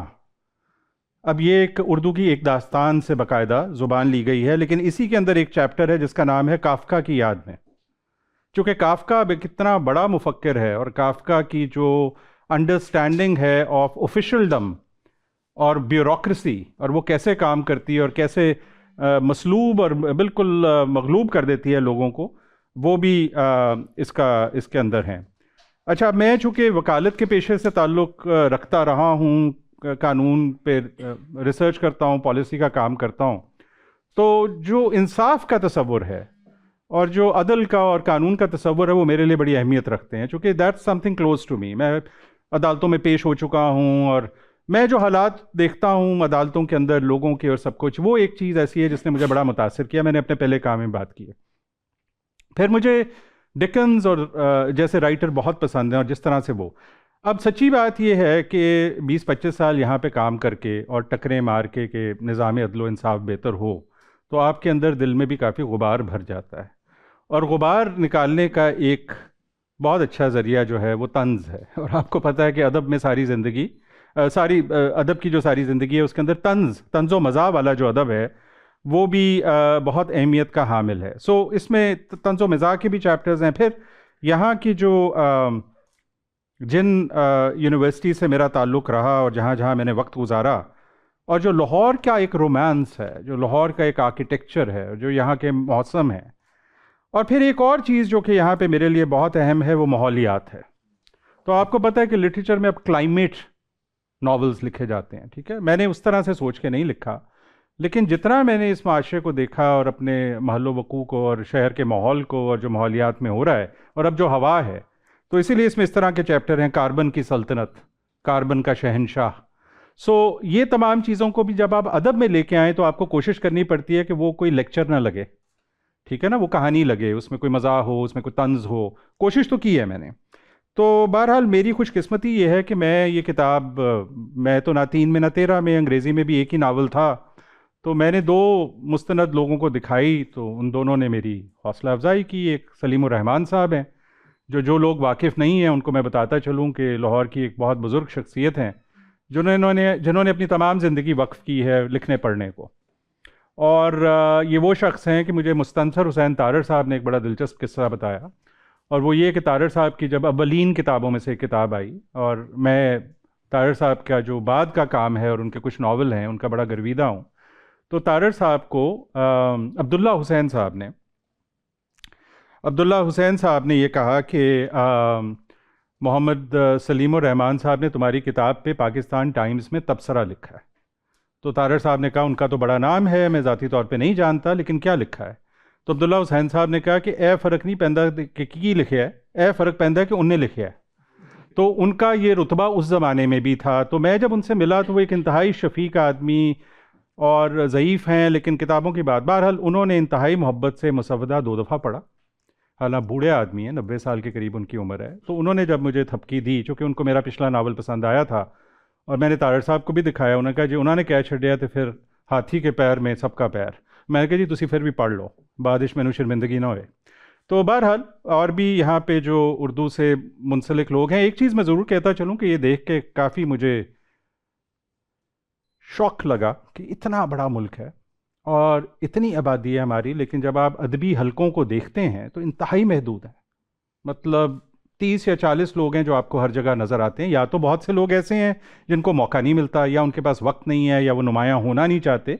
लेकिन हमारी जो लिटरेरी कम्युनिटी है वो कोई ख़ास बड़ी नहीं है। ये बड़ी एक परेशान कुन बात है, चूँकि किसी मुल्क में अहले इल्म व अदब का हल्का जितना वसी होगा, जितने उसमें पब्लिक इंटेलेक्चुअल्स होंगे, उतना वहाँ गुफ्तगू का मेयार बढ़ेगा। चूँकि ज़ाहिर है जो शख्स संजीदा होगा और गुफ्तगू करना जानता होगा, उसकी बात का असर भी होगा। तो वो एक जिससे फिर ये मुझे ख्याल आया कि जो भी मेरी काविश है, चलें एक पाकिस्तान में इस साल में अगर 26 किताबें छपी हैं तो एक मेरी सही, ताकि बच्चे अगर जो पढ़ना चाहें तो वो पढ़ लें। या जो भी अदब, मैं तो ख़ुद तलाश में होता हूँ कि इस साल पाकिस्तान में कौन से नावल छपे हैं, ताकि मैं सब पढ़ूँ, चूँकि मुझे दिलचस्पी है कि बाकी लोग यहाँ पे क्या सोच रहे हैं। मैं हिंदुस्तान का नावल भी पढ़ता हूँ। सो ये इसकी कहानी है। अब मज़ीद इसके ऊपर अपडेट ये है जो मेरे लिए बड़ी खुशी का सबब है, चूँकि लिखना, आप इमेजिन कर लें कि हमारे मुल्क में अगर आप तुर्की जाएँ, श्रीलंका जाएँ, इंडिया जाएँ, मलेशिया जाएँ, तो कोई किताब आती है तो that's a major event, and वो थाउजेंड्स में बिकती है, ठीक है। और वहाँ पे लिखारी ये सोच सकते हैं कि मैं अपने लिखे की कमाई पे गुजारा कर सकता हूँ। हमारे यहाँ तो पॉसिबल ही नहीं है। अल्लाह का शुक्र है मेरी दाल रोटी और तरीके से चल रही है, तो मैं अपना सब्सिडाइज इसको कर सकता हूँ। लेकिन अब ये है कि ये लिटरेरी फेस्टिवल्स आने की वजह से चलें, अच्छी चीज़ है। अभी आपके सामने ही वो फेस्टिवल आ रहा है 14, 15, 16 को, फिर LLF आ रहा है, और हमें इन चीज़ों को बिल्कुल हर लिहाज से सपोर्ट करना चाहिए। मैं अपने दोस्तों से ये कहता हूँ कि मैं कई चीज़ों पे मुझे कुछ चीज़ों पे एतराज़ है, कुछ चीज़ों पे तनकीद भी है, लेकिन मैं पब्लिकली कभी नहीं करूँगा। एक ऐसे माशरे में जिसमें पहले ही ये चीज़ें कम हैं, हमें तो हल्लाशेरी देनी चाहिए और थपकी देनी चाहिए सबको जो कर रहे हैं।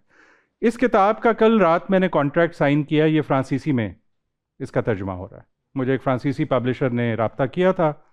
इस किताब का इस वक्त देवनागरी में तर्जमा हो रहा है, और मैं सिर्फ इसलिए बता रहा हूँ कि मेरे जैसे आदमी के लिए जिसने फिर जाके 8 घंटे कंप्यूटर के सामने बैठना है, अगर आप जैसे लोग ना हों जो इसमें दिलचस्पी रखते हों या ये चीज़ें ना हो रही हों, तो ये बड़ा मुश्किल काम है करना, हज़ारों घंटे लगते हैं। और अभी मैंने इस किताब का अंग्रेज़ी में इसको रिक्रिएट किया है, जो कि एक बड़ा मुश्किल तजुर्बा था। मैं कोई मुतरजम नहीं हूँ, और इसका असलूब और है, अंग्रेज़ी का असलूब और है। मैंने करते हुए बहुत कुछ सीखा।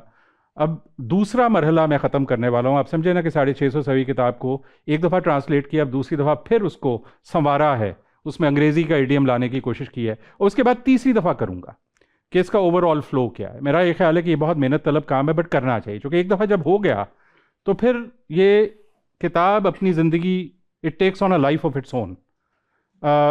मुझे कई लोग मिलते हैं जो इसको पढ़ते हैं तो उनकी अपनी इंटरप्रिटेशन है इसकी, मुझे बड़ा मज़ा आता है, चूँकि ओपन टेक्सचर्ड लैंग्वेज का मकसद ये है कि एक से ज़्यादा तशरीहात। सिमिलरली मुझे लोग ये कहते हैं कि आपने फ़लानी चीज़ लिखी थी, आपका क्या ये मतलब था? तो मैं कहता हूँ मतलब वो है जो आप तशरीह करना चाहें, मैं एक चीज़ लिखने के बाद उसकी क्या तशरीह करूँ।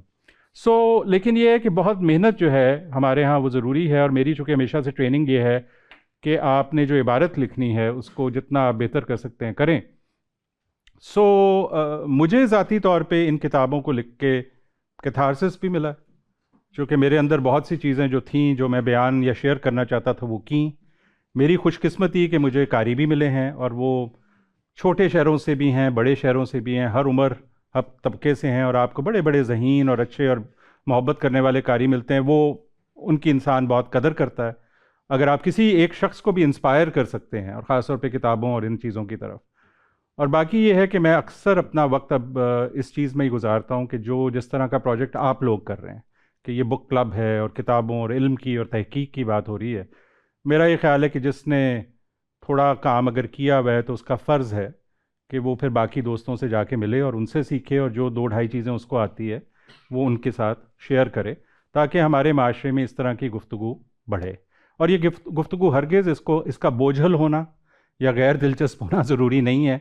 बहुत सी दिलचस्प किताबें हैं, और मेरे ख्याल में हमारा फ़र्ज़ बतौर लिखारी ये है कि हम जो बात चाहे वो बहुत संजीदा बात भी कर रहे हैं, लेकिन ये कहानी लिखने वाले का फ़र्ज़ है कि उसको वो बोझल ना बनाए, उसको दिलचस्प बनाए, ताकि लोग पढ़ने की तरफ माइल हैं ऑलरेडी। मैं आपको बताऊं, बड़ी एक छोटा सा किस्सा सुनाता हूं, मुझे इंस्पायरिंग लगता है। ठीक है, मैंने वीलॉग शुरू किए हैं कुछ अरसे से। मैं पहले नहीं कर रहा था, ना टाइम था, और मुझे कहा लोगों ने कि आप उर्दू में किताबों पे करें, चूँकि बहुत से बच्चे सुनते हैं। तो मैंने वो शुरू कर दिया कुछ 6 महीने पहले। तो मुझे और बहुत से लोगों के अलावा किसी नौजवान ने ईमेल लिखी कि देखें, आप बातें तो इंटरेस्टिंग करते हैं, लेकिन आपका वीलॉग की कोई शक्ल नहीं होती, ना तो उसका कोई थंबनेल होता है, ना उसमें कोई वीडियो होती है, ना कोई तस्वीर होती है। तो मुझे मौका दें, मैं करता हूँ। मैंने कहा बेटा, मैं ज़रा बाहर जा रहा हूँ मुल्क से, तो मैं करूँगा। मैंने सोचा हुआ था किसी यंग आदमी को लूँगा, ये टेक्नोलॉजी में अच्छे होते हैं। लॉन्ग स्टोरी शॉर्ट, उसने 3-4 दफ़ा मुझे कहा, मैंने उसको कहा कि चलो मैं तुम्हें फ़ोन करता हूँ, बात कर लेते हैं। तो मैंने कहा तुम्हें कैसे पता चला मेरा? उसने कहा जी मैंने ये देखे हैं। तो मैं कहा चलो बड़ी अच्छी बात है। कहते हैं इनमें से मुझे किसी एक किताब का भी नहीं पता, तो मेरे लिए बहुत दिलचस्प था कि ये किताबें हैं। मैंने कहा चले, मेरे पैसे पूरे हो गए। मैंने कहा बेटा तुम कहाँ रहते हो? तो उसने कहा कि आपको फूल नगर का पता? तो मैंने कहा जो भाई फेरू होता था। उसने कहा हाँ। कहता मैं उसके बाहर एक गांव में रहता हूँ। कहा वेल डन। तो क्या करते हो? उसने कहा मैं पार्ट टाइम ये वीडियोज़ वगैरह की एडिटिंग करता हूँ, वैसे मैं किसान हूँ। तो मैंने कहा यू आर हायर्ड, तुम आज से मेरे वीडियो एडिटर हो। तो पिछले 2 महीने से वो कर रहा है, इंतहाई अच्छा कर रहा है, हमें बड़ा मज़ा आता है। कभी कभार उसका मुझे फ़ोन आता है, सर अगर आपको एतराज़ ना हो तो कल सुबह की बजाय शाम को भेज दूँ। तो मैंने कहा कोई जल्दी नहीं है बेटा, मैं भी मज़े से कर रहा हूँ, तुम भी करो, ये तो मज़े का काम है। कहने लगा कल सुबह असल में मैंने पानी लगाना है। तो कहने का मकसद ये है कि वो बच्चा भाई फेरू के गाँव में बैठ के लिटरेचर भी फॉलो कर रहा है, उसने टेक्नोलॉजी में डिग्री भी ले ली है, वो अपने बाप के खेत पे पानी भी लगा रहा है। इस तरह के बहुत से नौजवान हैं यहाँ पे, और ये कहानियाँ हमें कोई सुनाता नहीं है।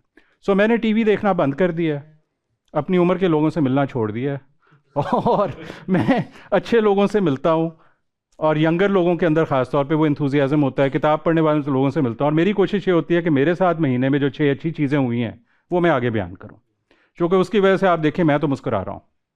बहुत शुक्रिया। बहुत शुक्रिया सर आपका, आपने बहुत अच्छे से अपनी किताब का तारुफ पेश किया। हमारी रिवायत ये है कि हम आधा सेशन आपकी सुनते हैं, फिर आधा सेशन अपनी सुनाते हैं। बिल्कुल, बहुत ज़रूरी है, अब बहुत ज़रूरी है। फ्लोर आप सब लोगों के लिए ओपन है, आप क्वेश्चंस कर सकते हैं। तरीका वही है, हाथ खड़ा करेंगे, हम आप तक माइक पहुंचाएंगे। अस्सलाम वालेकुम सर, आपका जो पहला नावल आया था जो जिसकी उर्दू में ट्रांसलेशन चांद को गुल करें तो हम जाने, उसको मैंने इन दिनों दोबारा पढ़ा है और उसका जो वो वाला पार्ट है जो कि लाहौर में है और 2009 जिसका दौरानिया है, तो उसमें जो रफ़िया बेगम है और वो हर वक्त जो है तो इस मुतलाशी रहती है, अदालतों के चक्कर लगाती है कि इंसाफ मिल जाए। और उसमें एक किरदार है मुंशी मुस्तकीम का, जो एक नए नौजवान को जो अभी अदालत में नई नई प्रैक्टिस कर रहे हैं उसे बताता है कि यहाँ पे एक ऐसा शख्स मौजूद है जो कि यानी कि इस तरह का है, वो मुकम्मल तौर पे करैक्टरलेस है, लेकिन उसका दावा ये है कि मैं आइन का बाप हूँ और आइन जो है तो वो अगर मुझसे गद्दारी करते हैं तो मैं उसे आग कर देता हूँ। और उसके आगे आपने ये भी लिखा है कि कानून जो है तो वो महज एक शराब है और किसी जो कोई संगदिल वकील है वो इंसान को सबसे ज़्यादा नुकसान पहुँचा सकता है। तो ऐसे में जो आपका यानी कि आप ख़ुद भी माहिर कानून है, तो वो जो कानून का आपका नज़रिया है, क्या वो जैसे कि मार्क्स वगैरह कहते हैं कि रूलिंग क्लास का एक जो है तो वो टूल है कि वो उसे टूल के तौर पे यूज़ करते हैं, तो आपका भी वही नज़रिया है कानून के मुतल्लिक या आप उसे कैसे देखते हैं? सही। दूसरा हाँ, पहले ये बड़ा मुश्किल सवाल है, इसका मैं पहले जवाब देता हूँ, फिर आप रोक के रखो। देखिए, हर किसी का जो नज़रिया होता है कानून और इंसाफ के बारे में, वो इर्तिका उसका होता रहता है। जो अभी तक मेरे ऊपर असरात सबसे रीसेंट हैं वो हैं जो मेरी पीएचडी के ज़माने के हैं। मैंने अपनी पीएचडी अमेरिका से की कानून में, और मैं जिन लोगों के साथ मैंने वहाँ काम किया, चुन के मैं वहाँ गया, चूँकि मेरी मास्टर्स और पीएचडी में 10 साल का वक्फ़ा है। मैं अपने शौक़ से, बल्कि उनको मैंने लिखा कि जी तब मेरा दाखिला हुआ था, मैं नहीं आया था, बाना चाह रहा हूँ। तो उन्होंने कहा तबीयत ठीक है तुम्हारी, क्या हुआ? तो मैंने कहा नहीं, मैं यहाँ पे पॉलिसी का काम करता हूँ और मैं ज़रा गहराई में सोच रहा हूँ चीज़ों के बारे में, और मुझे लगता है कि मैं ये काम करना चाह रहा हूँ। तो अमेरिका में दो मूवमेंट्स हैं कानून की, एक अमेरिकन लीगल रियलिज्म उसको कहते हैं, और एक क्रिटिकल लीगल स्टडीज़। तो क्रिटिकल लीगल स्टडीज़ के जो बानी हजरात में से एक जो थे वो मेरे सुपरवाइज़र थे, प्रोफेसर डंकन कैनेडी। अच्छा, वहाँ पे भी ये काम हुआ है और वो ये काम हुआ है, और उसमें लेफ़्ट की पॉलिटिक्स का भी असर होगा, लेकिन ये मार्क्सिस्ट उस तरह से नहीं है, ये कुछ तरह और तरह से है कि फॉर्मल लॉ जिसको हम कहते हैं ना, जिसको हम बड़ा मुकद्दस समझते हैं कि ये एक स्टैचूट है और इसमें ये लिखा हुआ है, कोई भी कानून एक इकोनॉमिक और पॉलिटिकल कॉम्प्रोमाइज़ का नतीजा है। सो आप एक मुल्क ले लें जिसके अंदर एक ख़ास किस्म का कानून है, लॉ ऑफ इनहेरिटेंस, जो ये कहता है कि जो आपके आगे वारसान है उसको इतना हिस्सा मिलेगा। आप एक और कानून ला सकते हैं जिसमें वो हिस्सा अदा कर दिया जाए। जहाँ पे माशरे के मुख्तलिफ तबकात की आपस की जंग के बाद कॉम्प्रोमाइज़ होता है, चाहे आप कैपिटलिस्ट राइट्स को देख लें, अमेरिका में एंटी ट्रस्ट का लॉ देख लें, वहाँ पे उसको कानून कह दिया जाता है। अब उसको तब्दील करने के मुरवजा तरीके भी हैं, उसको तब्दील करने के लिए बाकायदा पॉलिटिकल एंड इकोनॉमिक मूवमेंट भी चलानी पड़ती है। हर कानून की एक sociological and socio political reality है। उस सोशियो पॉलिटिकल रियलिटी को नज़रअंदाज करना बेवकूफ़ी है, और इस चीज़ से आंख उठाना है कि असल में हकीकत यह है। अगर मैं इसको इस तरह देखूं तो फिर मैं लीगल फॉर्मलिज्म के ख़िलाफ़ हूं कि जब हम, और मैं उससे बोर भी हूं, कि हम सिर्फ ये देखें कि 62-63 पाकिस्तान के आइन की जो अल्फाज हैं उनकी क्या, ऑल्दो ये तो कॉन्स्टिट्यूशन है, इसकी इंटरप्रिटेशन में आप हिस्ट्री में भी जाते हैं, फ्रेमर्स इंटेंट में भी जाते हैं। मैंने तो इस पे लाहौर हाई कोर्ट में बड़ी लंबी बहस भी की हुई है, क्योंकि मैं इसका स्कोप महदूद करना चाहता था और वही हुआ, वो स्कोप महदूद नहीं हुआ और बाद में वो एब्यूज़ हुआ कानून। तो कहने का मकसद ये है कि मेरा नुक्ता नज़र कानून के बारे में ये है कि कानून एक टूल है, एक आला है कुछ हासिल करने का। मेरे नज़दीक वो जो हासिल करना है वो इंसाफ है, और इंसाफ is not a very simple concept. इंसाफ का मतलब हालात के मुताबिक चेंज होता है, चूँकि लॉ रिफॉर्म्स पे भी आप काम करें ऐसा नहीं है। हेल्थ में होता है ना कि आपका पॉजिटिव टेस्ट है, नेगेटिव है, इंसाफ ऐसे नहीं है। कई जगह इंसाफ ये है कि कॉम्प्रोमाइज़ हो जाए, कई जगह इंसाफ ये है कि आप रहम करें, कई जगह इंसाफ ये है कि आप बहुत सज़ा दें। वो आपकी पॉलिसीज़, आपके फ्रेमवर्क पे डिपेंड करता है। मेरे लिए कानून एक आला, ये एक ज़रिया है इंसाफ के हसूल का। यही कानून का आला बहुत से लोग इस्तेमाल करते हैं एक दूसरे से इंतकाम लेने के लिए, एक दूसरे पे जुल्म करने के लिए। इसको कहते हैं the coercive use of law. So मैं तो जब जजों को और इन तमाम लोग, और मैंने जितनी भी तहकीक इस पर की है, जब देखता हूँ तो मैं एक जज को एक शख्स के तौर पे नहीं देखता, मैं देखता हूँ किस तालीमी निज़ाम से आया है, क्या तबकाती तासुबात हैं, क्या उसके ऊपर प्रेशर्स हैं, किस माहौल में वो है। और आप या मैं अगर उसके सामने पेश हो रहे हैं तो हम एक लेवल प्लेइंग फील्ड पे तो नहीं है ना, ठीक है ना। औरत है, मर्द है, उम्र ज़्यादा है, कम है, मुतमव्वल है, नहीं है। अच्छा इंसाफ का निज़ाम उस प्लेइंग फील्ड को एक जैसा करता है, बुरा कानून का निज़ाम उस लेवल प्लेइंग फील्ड को और ज़्यादा तिरछा कर देता है, जिसमें एक गरीब आदमी या जो अंग्रेज़ी से नाबलद है या जिसके पास अच्छा वकील नहीं is at a huge disadvantage. इस किस्म के माहौल पे मैं तहकीक कर रहा था अपने लम्स के स्टूडेंट्स के साथ लाहौर के डिस्ट्रिक्ट कोर्ट्स में। आज से कई साल पहले 20 के अदद मेरे स्टूडेंट्स ने कोई 650-700 लोगों के इंटरव्यू किए कि बाबा जी आपकी कहानी क्या है, किस तरह आए हो, कदों दे आ रहे हो, की बन रहा ਤੁਹਾਡਾ, समझ आती है जज की बोलता है, की गल हो रही है, किन्ने पैसे ने, रोटी खान दे पैसे ने दोपहर नूं, ये सवाल। अब ये कोई फॉर्मल लीगल सवाल नहीं है, लीगल एड हैगी है नहीं हैगी, ठीक है। तो तुसी आप आए सी, तानू कोई खिंच के ले आया थे। तो ये बातें जब हमने वो सारी की तो मुझे फिर मज़ीद एहसास इस चीज़ का हुआ कि कानून का जो फॉर्मल लिबादा है इसको उतार के ये देखना बहुत ज़रूरी है कि असल में लोगों के साथ हो क्या रहा है। सो ये मेरा लेंस ये है। अब आप अपना अगला सवाल पूछ लें अगर आप।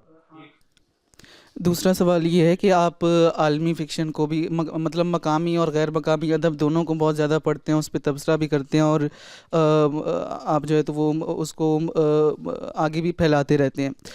तो हमारे यहाँ जो अदब लिखा गया है यानी कि स्पेशली नॉवेल्स लिखे गए हैं या शायरी बहुत अच्छी हुई है, तो उसको वो मकाम क्यों नहीं मिला, यानी कि वो जो एक हमने क्राइटेरिया बनाया कि नोबेल प्राइज़ मिलना चाहिए, तो हमारा अदब उस वहाँ तक क्यों नहीं जा सका।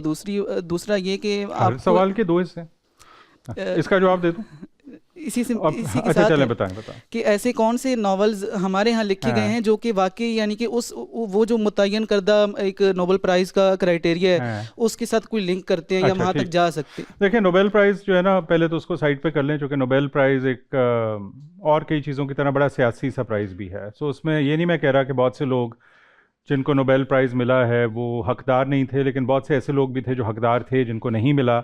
और कुछ सालों में ऐसे लोगों को भी नोबेल प्राइज़ दिया गया जो बहुत गैर मुतासिर कुन भी थे या कोई और सियासी एंगल था। जिस माशरे में अब अगर पब्लिशर्स अक्सर गलत बयानी से काम लेते हैं और मुसन्निफ़ को बताते नहीं कि उसकी किताबें कितनी बिकी हैं, इस चीज़ को साइड पे कर दें। इस चीज़ को भी साइड पे कर दें कि मुझे ये बताया गया है कि सबरंग डाइजेस्ट जिस ज़माने में बहुत मशहूर था और डाइजेस्ट लोग पढ़ते थे, तो माहाना सेल्स सबरंग डाइजेस्ट की तकरीबन 1.25 से 2 लाख के करीब थी, ठीक है। ये बहुत से लोगों ने मुझे बताया। तो इसका मतलब है किताब बिकती थी। अब ये क्यों है कि यहाँ पे कोई भी किताब, अब पायरेटेड किताबों को मैं देख नहीं सकता, अंग्रेज़ी की सेल्फ हेल्प किताबें नहीं, फ़िक्शन को ले लेते हैं, चंद हज़ार से ज़्यादा नहीं बिकती। जो पहले से मुस्तनद राइटर चले आ रहे हैं, हो सकता है उनकी हज़ारों में हो गई हों। उमैरा अहमद की कितनी बिकी हैं मुझे नहीं पता, हो सकता है बहुत बिकी हों चूँकि वो एक पॉपुलर राइटर हैं। लेकिन सीधा सा जवाब यह है कि जिस माशरे में लोग अपने मुसन्निफ़ की ख़ुद किताब नहीं पढ़ते, उसको बाहर की दुनिया में किसी को अवार्ड देने की क्या ज़रूरत है। पुर्तगाल हमसे एक बहुत छोटा मुल्क है, अल्बानिया हमसे एक बहुत छोटा मुल्क है। पुर्तगाल में होज़े सारामागो की लाखों किताबें बिकती थी।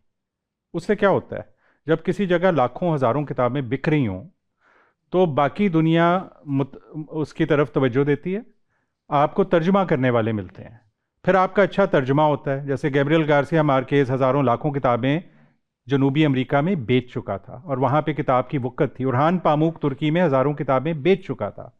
दे got good translators introduce you to the world.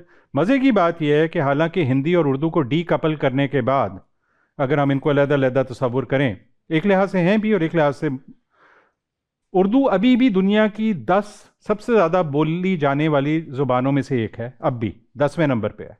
अगर हम उसमें हिंदी वाले भी शामिल कर लें जो उर्दू में दस्तरस रखते हैं या देवनागरी स्क्रिप्ट में पढ़ लेंगे, तो आप सोच लो कितनी बड़ी रीडिंग पब्लिक है। लेकिन अगर आप अपने राइटर्स को खुद ही नहीं पढ़ेंगे तो दुनिया भी नहीं पढ़ेगी। हम अपने आप को वैसे भी हर जगह पे बेवकत प्रूव करने पे मुसर होते हैं। कोई दुनिया में और हमारा मजाक उड़ाए ना उड़ाए, हम पहले उड़ाते हैं। ये जिंदा दिली नहीं होती हर वक्त, ये बेवकूफ़ी होती है। अभी PIA का किसी बेवकूफ़ शख्स ने एक पोस्टर बनाया जिसमें जहाज़ आईफल टावर की तरफ जा रहा था। अगर ये हिंदुस्तान में हुआ होता बात दब चुकी होती। इससे पहले कि न्यूयॉर्क टाइम्स और इससे पहले कि कोई अमरीकी शो उसका मजाक उड़ाता, सबसे पहले हमने उसका मजाक उड़ाया। भाई ये एक जद्दोजहद कर रही है एयरलाइन आपकी, उसके साथ बड़े हादसात हो चुके हैं, होनी वो प्राइवेट सेक्टर में चाहिए। अगर वो उड़ने की कोशिश कर ही रही है और उड़ गई तो 4 लोग आप ही की इज्जत करेंगे ना, मतलब मलेशिया वालों की तो नहीं करेंगे। So I think we are very self loathing people. I am sorry इस वक्त मैं नेगेटिव साउंड करूँगा। वी डोंट, अच्छा फिर हमारे यहाँ ये भी रिवाज नहीं, किसी और ने अगर अच्छा काम कर दिया है तो हम में इतना वो एहसास कमतरी है कि हम ये उसकी तारीफ़ नहीं करेंगे। जिस दिन पाकिस्तान में आपकी कोई किताब 80,000 लाख बिकेगी और जिस दिन वो दुकान पे आएगी और किताब ख़रीदने वालों का बाहर एक हजूम होगा और मुसन्निफ़ को बहुत से लोग आके ये नहीं कहेंगे कि मुझे एक मुफ्त कॉपी दे दें, जबकि लोग अफोर्ड कर सकते हैं, उस दिन आपको बाकी दुनिया भी पहचान लेगी। अब कौन से नावल बहुत अच्छे हैं ये तवील बहस हो जाएगी, और ये बुज़ुर्ग जो है उनके पास भी एक था माइक, तो मैं वो बाद में बात करेंगे। लेकिन ऐसे अच्छे नावल हैं उर्दू में, अगर मेरे ख्याल में उर्दू, लेकिन उर्दू अदब बुनियादी तौर पर दास्तान, किस्सा और शायरी का अदब था, उसमें अफसाना और नावल बाद में आया, लेकिन बहुत अच्छी चीज़ें लिखी गई। जनाब, हमारे एज ग्रुप के जितने भी लोग हैं वो ये कहते हैं कि ऐसे लोगों से मिलना छोड़ दें, जैसे अभी आपने भी पहले कहा, जो आपको बड़ी उम्र का समझते हैं। तो आपने मुझे बुजुर्ग कहकर उसी मजलिस में ले गए। बुजुर्गी का लफ्ज़, जैसा कि आप जानते हैं, उर्दू में सिर्फ उसका ताल्लुक उम्र से नहीं, उसका ताल्लुक दानिश से होता है। अच्छा, मैं अर्ज़ ये करना चाह रहा हूँ कि हमें ये गिला है कि हमारी बुक्स पढ़ता कोई नहीं है। तो पहले तो हमें ये जानना चाहिए, मैं ये जानना चाहूँगा कि आपने ये जो नावल लिखा है या बुक लिखी है, किस क्वालिफ़िकेशन के लोगों के लिए लिखी है, किस एज ग्रुप के लोगों के लिए लिखी है, ताकि वही लोग पढ़ सकेंगे। ये हमें थोड़ा सा पता चलना चाहिए। तभी मसलन मैं जब अगर मैं समझूं कि ये हमें BA लेवल या इंटर लेवल तक पढ़नी है। जब मैं इंटर में था तो इमरान सीरीज़ के नावल उस वक़्त आते थे। मेरा सुबह इंग्लिश में मिस्टर चिप्स का पेपर था, रात मैंने इमरान सीरीज़ का नावल पढ़ा। सो मैंने मिस्टर चिप्स वाला पेपर दिया। मेरे जब वाला साहब को पता चला, उन्होंने बना मुझे मुर्गा लिया। ठीक है जी। अब जिन लोगों से हम चाहते हैं ये पढ़ें, क्या उन लोगों के पास इतनी ज़ख़ीम बुक पढ़ने का टाइम है, और वो क्यों पढ़ेंगे? इस पे थोड़ा सा आपने जो सोच के ये लिखा है वो हमें बताएं। मैंने खैर इस नुक्ता नज़र से ये नावल नहीं लिखा था कि कौन पढ़ेगा, और ना ही मेरे लिए मेन इम्पेरेटिव ये था कि बहुत ज़्यादा लोगों तक इसकी दस्तरस हो। उसकी वजह ये है कि जब मैंने ये फ़ैसला किया कि मैं ये लिखूँगा तो उसके पीछे 2 और फैक्टर्स भी थे। एक फैक्टर तो ये था कि जो टाइम मैं निकाल के ये लिख रहा हूँ, जैसे पढ़ने वाले का टाइम कीमती है, मेरा भी बड़ा कीमती है, उसकी एक अपॉर्चुनिटी कॉस्ट है। चूँकि ज़ाहिर है आप जब सीनियर हो जाते हैं तो अगर आपने सारा दिन नावल लिख दिया है बजाय इसके कि आप कमाई करें, तो आपको काफ़ी नुकसान होता है। लेकिन मैंने उसका नहीं सोचा। लेकिन फिर मेरे लिए ये अहम था कि मैं वो चीज़ लिखूं जो मुझे लगे कि जो मेरा थोड़ा बहुत जो भी इल्म या तजर्बा है, कम से कम उसके शायान शान है। अगर मेरे पास 4-6 चीज़ें कहने को हैं तो मैं उनको दिलचस्प ज़रूर बनाऊं, लेकिन उसमें लिटरी जो मेरे ख़्याल में क्वालिटी या फिनेस होनी चाहिए एक अच्छी किताब की, जिसको मैं अच्छी किताब कहता हूँ, वो हो। जहाँ तक ताल्लुक़ है पढ़ने वाले का, एक लेवल पे मैं जानता हूँ और मैं चाहता हूँ कि उसकी अपनी ज़िम्मेदारी हो कि वो भी अपना लेवल बुलंद करे, अगर उसको ये बुलंद लेवल की लगती है, बजाय ये कि मैं अपना लेवल लोअर करूँ। चूँकि देखें पहले ही हमारे माशरे में किताबें बहुत कम है। मैं हरगिज़ ये बाय द वे दावा नहीं कर रहा कि ये बुलंद पाया है, लेकिन मैं ये कह रहा हूँ कि मैंने ये नहीं सोचा कि ये बिल्कुल आम शख्स पढ़े। एक तो ये कि आम शख्स के पढ़ने की अब की जो हैबिट्स हैं वो इतनी ख़राब हो चुकी हैं कि आप ये तयन करना बड़ा मुश्किल है। दूसरा, इस पर कोई एज की कैद नहीं थी, और इस किताब ने एक हद तक मुझे प्रूव कर दिया है। चूँकि मैं एक इंटरनेट के और फेसबुक के ज़माने का एक बहुत बड़ा फ़ायदा है, मुझे बहुत से पढ़ने वाले लिखते हैं, 1 सेकंड में पता चल जाता है कौन कहाँ से है, उनका पेज से पता चल जाता है। कोई डेरा इस्माइल से है, ख़ान से है, कोई जामशोरों से है, कोई शेखुपुरा से है। तो ये बात मेरी तक़वियत मुझे इस चीज़ से मिलती है कि मेरे जो पढ़ने वाले हैं उसमें 20 से 30 की एज के भी लोग हैं और 60 से ऊपर के एज के भी लोग हैं। और शायद मेरी जो ये कोशिश थी कि इस किताब में कुछ ऐसा हो कि हर किसी के साथ कुछ क्लिक करे। इस पर एक बेतहाशा तबसरे आ चुके हैं। कई लोगों ने सिर्फ इसके सियासी डायमेंशन पे तबसरा किया है, कईयों ने इसके नॉस्टैल्जिया पे किया है, कईयों ने इसके अंदर जो मजीद अमजद का जिक्र है उस पर किया है, कईयों ने इसमें जो तैयबा खाला का किरदार है उस पर किया है।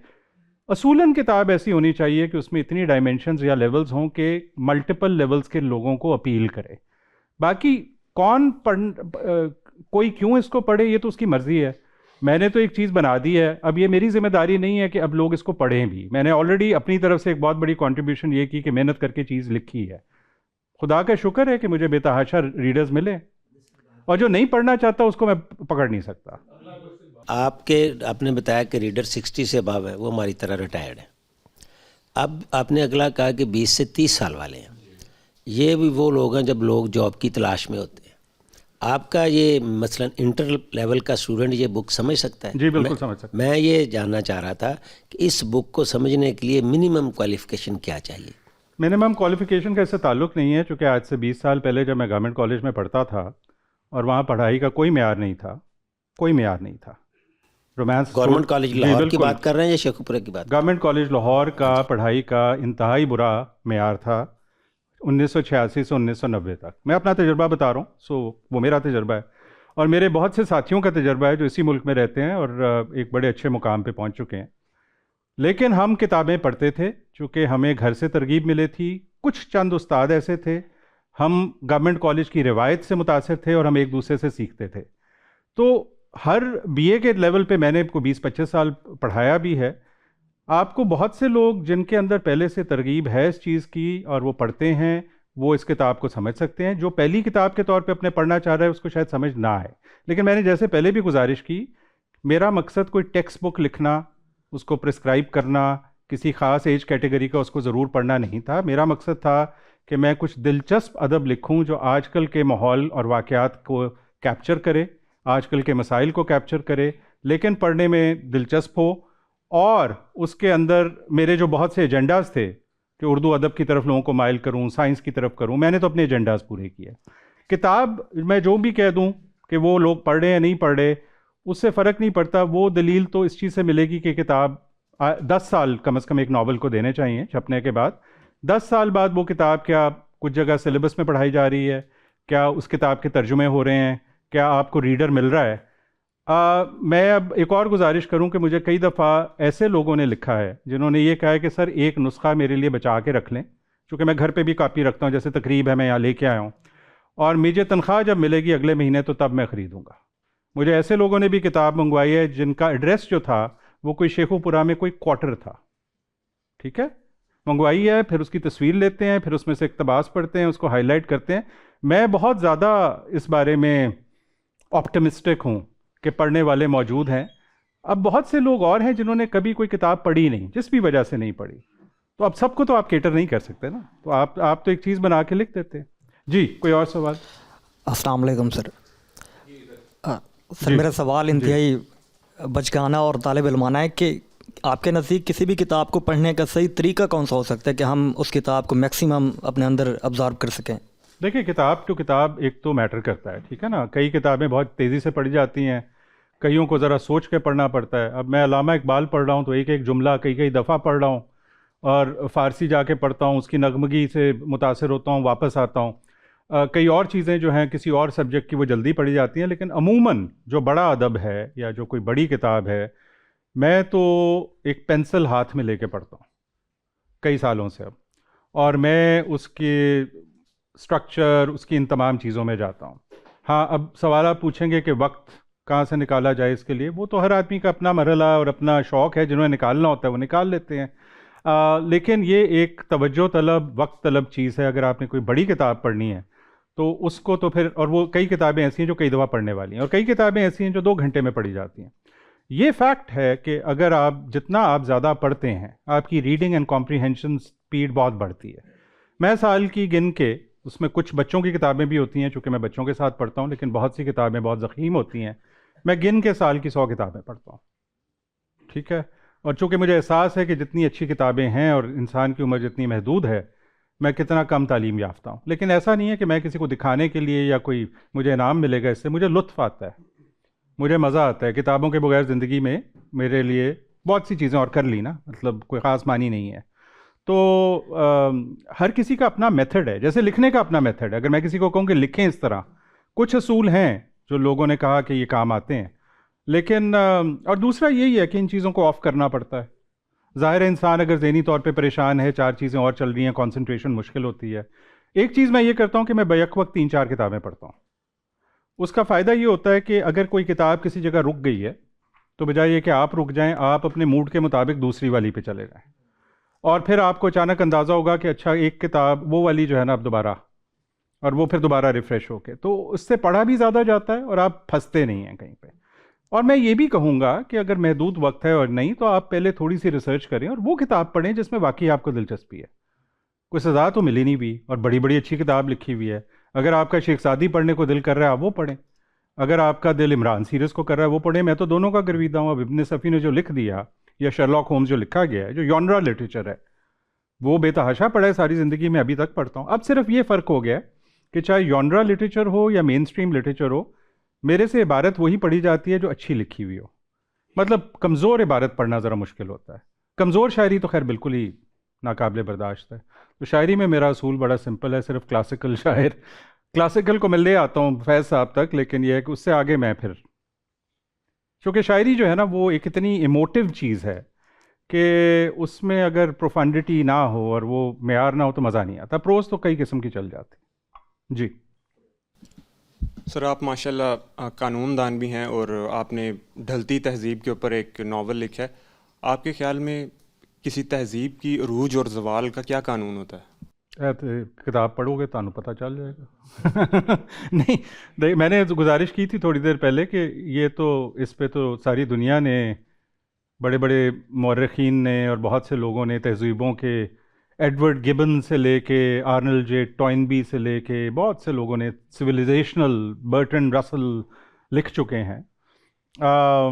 मेरा तो कोई इतना इसके ऊपर साइंटिफिक या बहुत कोई एकेडमिक व्यू नहीं है, मेरा डिसिप्लिन नहीं है। मेरा डिसिप्लिन लॉ है, पॉलिसी है। लेकिन यह है कि जो ज़ाहिरी चीज़ें हैं, जैसा मैंने कहा कि जो माशरा जिसमें इंसाफ या एम्पथी नहीं है उसका शराजा बिखर जाता है। विच इज़ वाई ऐसे कि हिंदुस्तान में मोदी साहब के नीचे जो एक नफ़रत आमेज़ माहौल पैदा किया गया है, ये माहौल जो है वो एक कौम को अंदर से खा जाता है। इसराइल अपनी जंगों के दौरान जिस तरह की सफाकियत अपने लोगों पे भी मुसल्लत करता है और जो वहाँ माहौल है और जिस तरह से जुल्म को सेलिब्रेट किया जाता है, it's a very sick society. मेरे इजराइली कॉलीग्स भी हैं जो कि कॉन्शियंशियस इजराइली हैं, एकेडमिक्स हैं, मैं मिलता हूँ बाहर, जो नेतन्याहू और इस तमाम चीज़ के ख़िलाफ़ हैं। तो वो एक बीमार मुआशरा है। तो मोहब्बत, रवादारी, वही तमाम असूल जो मज़हब सिखाता है, वही तमाम असूल जो हर अच्छा फ़लसफ़ा सिखाता है। बाकी एक बड़ी खौफनाक बात है, आप उसको खौफनाक समझ लें क्या, लेकिन फ़ना तो सब चीज़ों ने हो जाना है, ठीक है ना। Rome came to an end, so did Babylon. 2 साल पहले मैं बाबुल के जो खंडरात थे उनमें फिर रहा था। कौन सी चीज़ है जिसने नहीं, लेकिन बात यह है कि कोई तहज़ीब अगर बनी है तो जब अपने अरूज पे थी तो वो अपने कमज़ोर लोगों से क्या सलूक करती थी, इससे पता चलता है किसी तहज़ीब का। ख़त्म तो हर चीज़ ने हो जाना। और फिर ये है कि कुछ तहज़ीबों ने, और ये इंसान की हमेशा से कोशिश रही, चूँकि इंसान हमेशा से समझने की कोशिश कर रहा है कि उसका मकसद है क्या इस इतनी हौलनाक, इतनी बड़ी कायनात में। जब उन्होंने फ़लसफ़ा और इल्म और साइंस और जमालियात, एस्थेटिक्स के अंदर तवज्जो दी, तो उन्होंने कुछ ऐसी चीज़ें प्रोड्यूस की हैं जो अभी तक चल रही हैं। जो भी इंसान की, जो कि एक छोटी सी क्रिएशन है, काविशें हैं। मैंने पहले बच्चों का वर्जन पढ़ा था, कई चीज़ें आप नहीं पढ़ते, तो कुछ साल पहले मैंने फिर बैठ के होमर की जो किताब है द इलियाड, वो सारी पढ़ी। जंग पे, कत्लो गारत पे और उसके हुज़्न पे, इससे बेहतर चीज़ शायद ही कभी लिखी गई हो। क्या बात है, एक एक लाइन उसकी इतनी। और ये देखें ना, अब हमें पता भी नहीं पक्का कि होमर हिस्टोरिकल था या नहीं था। ये 2,500-3 हज़ार साल पुरानी किताब तो है। तो वो क्या है, दी एपिक ऑफ गिलगमेश, जो सबसे पुराना टेक्स्ट है, जो इराक से है, मेसोपोटामिया से, उसके अंदर भी यही बात हो रही है। क्योंकि उसका साथी एनकिडू जब मर जाता है तो वो चाहता है पाताल में, और फिर वहाँ से वो अपने महबूब साथी को खो बैठा है, उसको मौत के घाट से वापस लाना चाह रहा है। और उसमें जो फ़लसफ़ियाना सारी फिर बात हो रही है ज़िंदगी और मौत की हकीकत पे। सो अभी तक तो इंसान क़यास आराई कर रहा है कि वो कौन है, लेकिन पिछले 100 साल में पता नहीं कहाँ इंसान जाएगा। ये बड़ा दिलचस्प सवाल है जिसका थोड़ा सा जिक्र इसमें भी है। वो इसका जो मेन किरदार है उसकी बहुत बड़ी प्रीऑक्यूपेशन है। पिछले 100 साल में जहाँ हम पहुँच गए हैं, जैसा मैंने ऑर्बिटल नावल का जिक्र किया कि वो ये तसव्वुर या ये नुक्ता नज़र तो पहले था ही नहीं ना कि आप अपनी ज़मीन को खला से देख रहे हो, और आपने जो वॉयेजर 1 एंड वॉयेजर 2 बनाए वो अब आपके सोलर सिस्टम की पैरामीटर से बाहर निकल गए हैं। वैसे अगर आप खला की वसअत को देखो तो सहरा में ज़र्रे से भी कम, और अगर इंसान कहाँ खड़ा था 100 साल पहले उस लिहाज से देखो तो क्या बात है। इन चीज़ों के सवालों के जवाब अनफॉर्चुनेटली नहीं है, क्या सारा ही है। जी अस्सलाम वालेकुम सर। मुझे क्वेश्चन ये पूछना था कि आपने अभी गुफ्तगू के दौरान एक नाम भी लिया था, और हमारे यहाँ चूँकि नावल आपने ख़ुद भी बताया कि उर्दू की तारीख़ में नावल जो है वो थोड़ा कम ही लिखा गया है और उतना डेवलप नहीं हुआ, लेकिन जो कुछ लोगों ने लिखा भी है तो उनमें भी हमारे यहाँ ये होता है कि अब एक ख़ास तबका है जिसको ग्लैमराइज़ किया जाता है, और एक ख़ास तबका है, उनमें से एक आपने नाम भी लिया, उनको इंतहा से ज़्यादा डिग्रेड किया जा रहा होता है और कहा यह जा रहा होता है कि वो एक पॉपुलिस्ट लिटरेचर है, और सिर्फ ये बात कि वो ज़्यादा लोग इस तरह की चीज़ को पढ़ते हैं वो इस चीज़ की दलील नहीं बन जाता कि उसमें कुछ है। तो मैं इस बारे में हमेशा हैरान होता रहता हूँ कि जो भी हो कुछ ना कुछ तो हर चीज़ में होता है। तो आपकी इस बारे में क्या ओपिनियन है कि अब मेयारी चीज़ क्या है? हाँ ठीक। और इन लोगों को डिग्रेड करना, पॉपुलर लिटरेचर को डिग्रेड करने के मैं ख़िलाफ़ हूँ। एक ऐसे महलो वकू में जहाँ लोग वैसे नहीं पढ़ रहे, अगर कोई भी किताब पढ़ रहा है तो मैं उसको मुकद्दम जानूँगा, कम से कम पढ़ तो रहे हैं। हम तमाम लोग औसत दर्जे की चीज़ पढ़ने के बाद आहिस्ता आहिस्ता तरक्की करके आगे पहुँचते हैं, ठीक है ना। ये नहीं होता कि कोई जीनियस ही होगा कि वो कहे कि जी मैं जो पहला नावल पढ़ूंगा वो कुर्रतुल ऐन हैदर का होगा, ठीक। अमूमन ऐसे नहीं होता। तो और जो आम लोगों के लिए चीज़ लिखी जा रही है वो सिर्फ इसलिए आम नहीं है कि वो आम लोगों के लिए लिखी जा रही है, वो अगर अच्छी लिखी गई है और दिलचस्प है तो वो अच्छा लिटरेचर है। अब अगर आप डिस्टिंक्शन करते हैं हाई ब्राउ लिटरेचर में और लो ब्राउ लिटरेचर में, तो एक तो डिस्टिंक्शन जिसको मैं नहीं मानता कि जिसको नक्काद कहते हैं कि ये आला दर्जे का लिटरेचर है और ये आला नहीं है, उससे मैं इतना मुतासर नहीं हूँ।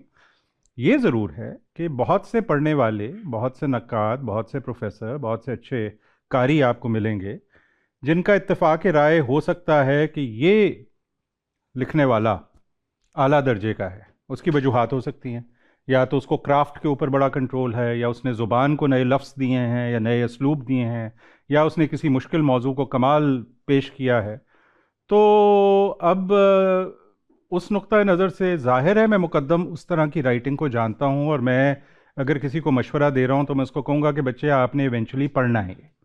मेरे नज़दीक उर्दू की सबसे बड़ी लिखने वाली कुर्रतुल ऐन हैदर है। मैं उस पर 1 घंटा इस मौजू पे बात कर सकता हूँ कि क्यों। तो उनके अंदर एक कॉस्मोपॉलिटनिज़म है, वो मशरिक़ और मगरिब की तहज़ीब दोनों को पहचानती हैं। उनका मुतालिया इंतहाई वसी है, वो मुख्तलिफ़ रजिस्टर्स में लिख सकती हैं। उनके अंदर पावर टू एवोक है। उन्होंने जिन मौज़ूआत पे लिखा हुआ है उसमें उन्होंने तारीख़ को जिस तरह से उसमें पिरोया, I could carry on and then you could say कि नहीं जी ये तो फ़लाने ने भी किया है, तो फिर एक मुआजना, एक बहस हो सकती है कि नहीं किया, ठीक है ना।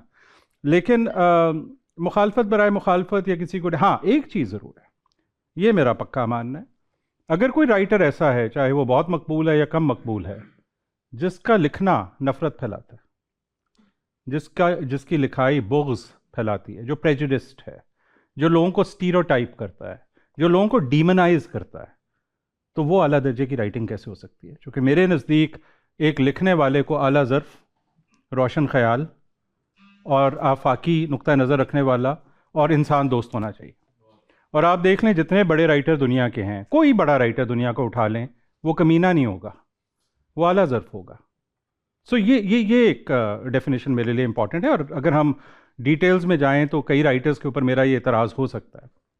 अब कुछ ऐसे राइटर्स हैं जो इन दोनों कैटेगरीज़ में उस तरह से नहीं पढ़ते कि आला ज़र्फ़ था या नहीं था, ये उनके लिए इम्पॉर्टेंट बात नहीं थी। लेकिन आप जॉर्ज ऑरवेल को देख लें और आप फ्रांज काफ्का को देख लें, इन दोनों लोगों ने डेस्पोटिज़म और अथॉरिटेरियनिज़म, मुतलकुल अनानी को जिस तरह से एक्सपोज़ किया है और उसके ख़िलाफ़ लिखा है, और एक आम आदमी किस तरह से सरकार की मशीनरी में पिस जाता है, ये बात की है। ये बहुत बड़ी बात है, ये बड़ी इंसान दोस्त बात है, ये एक बड़ी यूनिवर्सल बात है, और ये अब भी उतनी इम्पॉर्टेंट है। सो ये बड़े आला लोग हैं, इस लिहाज से। बाकी फिर हम और राइटर्स की बात करें तो और पहलू भी निकलते हैं। मेरा आपसे सवाल ये था कि क्योंकि मैं ख़ुद एक जैन जी से ताल्लुक़ रखता हूँ और मैंने जो नॉवेल्स पढ़े हैं वो ज़्यादातर वेब नॉवेल्स हैं। कौन से वेब नॉवेल? Web novels. और सर आज के दौर में web novels the most popular form of medium है नॉवेल्स के, क्योंकि आप देखें कि रशियंस हों या चाइनीज़ हों या अमेरिकन हों, कोरियंस हों, जापानीज़ हों, तो वो वेब नॉवेल्स लिखते हैं और उनके जो व्यूज़ होते हैं वेब नॉवेल्स के रीडर्स वो मिलियंस में होते हैं। यानी कुछ वेब नॉवेल्स के 40-40 मिलियन तक रीडर्स हैं, जो किसी आम किताब के, यानी आप इमेजिन नहीं कर सकते कि किसी आम किताब के, रोज़मर्रा की किताब के इतने ज़्यादा रीडर्स हो जाएं। तो सर मैंने देखा है कि पाकिस्तान के जो लोग हैं या सब कॉन्टिनेंट के जो लोग हैं वो इन मीडियम्स में कम लिखते हैं, शायद उनको इसकी आशनाई नहीं है कि ये मीडियम्स एग्जिस्ट करते हैं। देखें, पहली बात तो ये, आप मेरी मालूमात में इजाफा कर सकते हैं। When you say a web novel, is it of a certain size and format, और are you just saying it's a novel which is available online? Sir ये इसका फॉर्मेट भी होता है और कितना लंबा होता है अमूमन? सर ये बहुत लंबे भी होते हैं। इसमें बेसिकली ना कॉन्सेप्ट ये होता है कि ना आप एक डेली एक चैप्टर रिलीज़ करते हैं। वो चैप्टर राउंड बाउंड लेट से कि 1000 से 2000 वर्ड्स के बीच होता है। और उसमें जो वेब नॉवेल होते हैं कुछ 600 चैप्टर्स के होते हैं, 1000 चैप्टर्स समझ गया। ये जो चीज़ आप बता रहे हैं ना, ये बिल्कुल कोई मुनफरिद चीज़ नहीं है सिवाय इसके कि अब आप वेब पे पढ़ रहे हैं। चार्ल्स डिकन्स जब अपने नॉवल लिखा करता था तो वो किस्तवार होते थे। दोस्तोयेव्स्की ने भी किस्तवार लिखा हुआ है, ये हमेशा से रिवाज रहा है। और वो ज़रूरत उनको होती थी पैसों की, और जरीदे जो थे वो ये छापते थे और वो उसको टेलर भी करते थे। अब ये एक और एग्जांपल है, चार्ल्स डिकन्स कितना बड़ा राइटर है लेकिन पॉपुलर राइटर भी था, ठीक है ना, टॉल्स्टॉय भी था। तो ये होता रहे, ठीक है, और इसकी एक ख़ास ऑडियंस होती है। और दूसरी बात ये है इसमें जो मैं कहना चाह रहा हूँ, डाइजेस्ट क्या करते थे आपके यहाँ? बड़े बड़े सिलसिले चल रहे हैं यहाँ, देवता और बाजीगर और इनकी सैकड़ों किस्तें हैं, वो भी यही थी। ये वही चीज़ है, सिर्फ नेट पे है। लेकिन मैं गुजारिश ये करूं कि जो लोग फिक्शन लिखते हैं, जिसकी ऑडियो बुक्स भी मिल जाती हैं, जिसकी ऑनलाइन भी मिल जाता है, वो अभी भी जो सारी दुनिया में रिवाज है ना अदब लिखने का, वो किताब की शक्ल में ही है। और वो भी लाखों बेच रहे हैं। हारुकी मुराकामी को ले लें, जापानी राइटर, सारी दुनिया में लाखों किताबें बेचता है, और कईयों का मैं नाम। बात यह है कि मुझे कोई वेब फिक्शन पे एतराज़ नहीं है। अगर इस फॉर्मेट में लोग पढ़ना चाहते हैं या सुनना चाहते हैं या किताब पढ़ना चाहते हैं, हाँ ये ज़रूर देखना पड़ेगा कि उस पर लिखा क्या जा रहा है। देखें ना, मांगा कॉमिक्स भी होती हैं, मैंने भी कॉमिक्स पढ़ी हैं सारी ज़िंदगी। सर वेब नॉवेल्स जो होते हैं ना, मांगा जो होते हैं, इसी से मुतासर होकर, यानी पहले एक वेब नॉवल फेमस होता है, फिर उसका मांगा बनता है, फिर उसे एनिमेटेड फॉर्म में आ जाते हैं या उसके ड्रामास वगैरह बन जाते हैं। सर उसमें ना अगर तो मुझे उससे वो किक मिलती है जो तिलिस्म होशरुबा से मिलती है और इलियाड से मिलती है, तो मैं भी कल शुरू कर दूंगा, ट्राई ज़रूर करूँगा। अगर उससे आपको फिर भी कोई सेटिस्फैक्शन या मज़ा मिल रहा है तो ज़रूर पढ़ें। जैसे मैं फ़िल्म नहीं देखता, मैं फ़िल्म देखता हूँ, बिल्कुल डिफरेंट मीडियम है, ठीक है, एक और तरीके से स्टिमुलेट करता है। तो पाकिस्तानी राइटर्स वैसे ही कोई 11 हैं, ठीक है ना, इतने ही होंगे और रीडर्स कोई 2,200 होंगे, मैं मजाक कर रहा हूँ। लेकिन इतना बड़ी यहाँ कोई मार्केट किधर है भाई? कितनी किताबें हैं लाहौर, किताबों की दुकानें। मैं जब गवर्नमेंट कॉलेज का स्टूडेंट था तो आपके माल रोड पे कोई 8 दुकानें थी, मैं नाम भी बता सकता हूँ सबके, ठीक है। डिमिनिश हो रहा है, लेकिन अच्छी चीज़ें भी हो रही हैं। इंस्टाग्राम के अंदर बहुत से यंग लोग हैं जो बुकस्टाग्रामर्स हैं। अब मुझे इतनी खुशी होती है, मतलब एक बचगाना खुशी है, लेकिन किसी का किताब से लगाव है कि कोई मुझे भेजेगा लिंक, सर ये देख लें, तो मैं जाऊंगा तो वो इंस्टाग्राम के ऊपर मेरी किताब होगी, उसमें से फुलझड़ियाँ निकल रही होंगी और पीछे कोई गाना लगा होगा। तो चलो यार, एक किताब के साथ लगाव का ज़रिया है ना। उनको कवर पसंद आ गया तो पढ़ने वाले हैं, और मैं बिल्कुल हक में हूँ टेक्नोलॉजी के इस्तेमाल में, बिल्कुल। मैं क्यों ये टाइम निकाल के वीलॉग करता हूँ, क्योंकि लोगों के पास कई दफ़ा टाइम नहीं होता। तो 800 सफ़े की किताब में 11 मिनट में समो रहा हूँ। हो सकता है उनमें से कोई पढ़ने पे माइल हो जाए, लेकिन असल किताब और असल मतन, जितने मर्जी कंटेंट क्रिएटर आ जाएं, जो कंटेंट क्रिएटर है ना, राइटर जिसने पूरी किताब लिखी है अपनी तमाम नज़ाकत और कॉम्प्लेक्सिटी के साथ, उसका मुतबादल तो नहीं है ना सर। लेकिन आपका नहीं ख्याल कि जो हमारे राइटर्स हैं वो ये इतराज़ करते हैं कि उनके रीडर्स थोड़े हैं, या फिर उनको कह लें कि प्रॉपर रेम्यूनरेशन नहीं मिलती उनके, जो नहीं मिलती। मैं इसलिए तमाम राइटर्स को कहता हूँ कि कोई पहले दूसरी नौकरी छोड़ो, पकड़ो और फिर करो। और सारी ज़िंदगी ये हुआ है, बड़े कम राइटर्स हैं हु मेक मनी है, ये सारे भूखे मरते थे, Kafka, Orwell, all these people, किधर थे पैसे? माशरा। बाद में कईयों की चल पड़ी किताबें, जैसे डिकन्स पॉपुलर हो गया। ये हमेशा से हम अपने म्यूजिशंस, आर्टिस्ट, राइटर्स को या तो हो ना कि सरकार ने स्कॉलरशिप्स और प्रोग्राम शुरू किए हों, या माशरा उनको वैल्यू करता हो और किताब खरीद लेता हो, या कोई पब्लिशर इतना रोशन ख्याल हो। नहीं, अब मेरी जो किताब फ्रांस में भी मैंने तो नहीं परसू किया, फ्रेंच पब्लिशर ने किया है, तो ज़ाहिर है पाकिस्तान से लिटरेचर कितना छपा होगा आपके ख्याल में फ्रेंच में? नहीं है, हार्डली। तो उसने मुझे जो ऑफ़र की है वो क्या 1000 किताब छापेगा, उस पर मुझे कोई 8% या 9% वो देगा रॉयल्टी, और अप फ्रंट मुझे दे रहा है वो 1000 यूरो।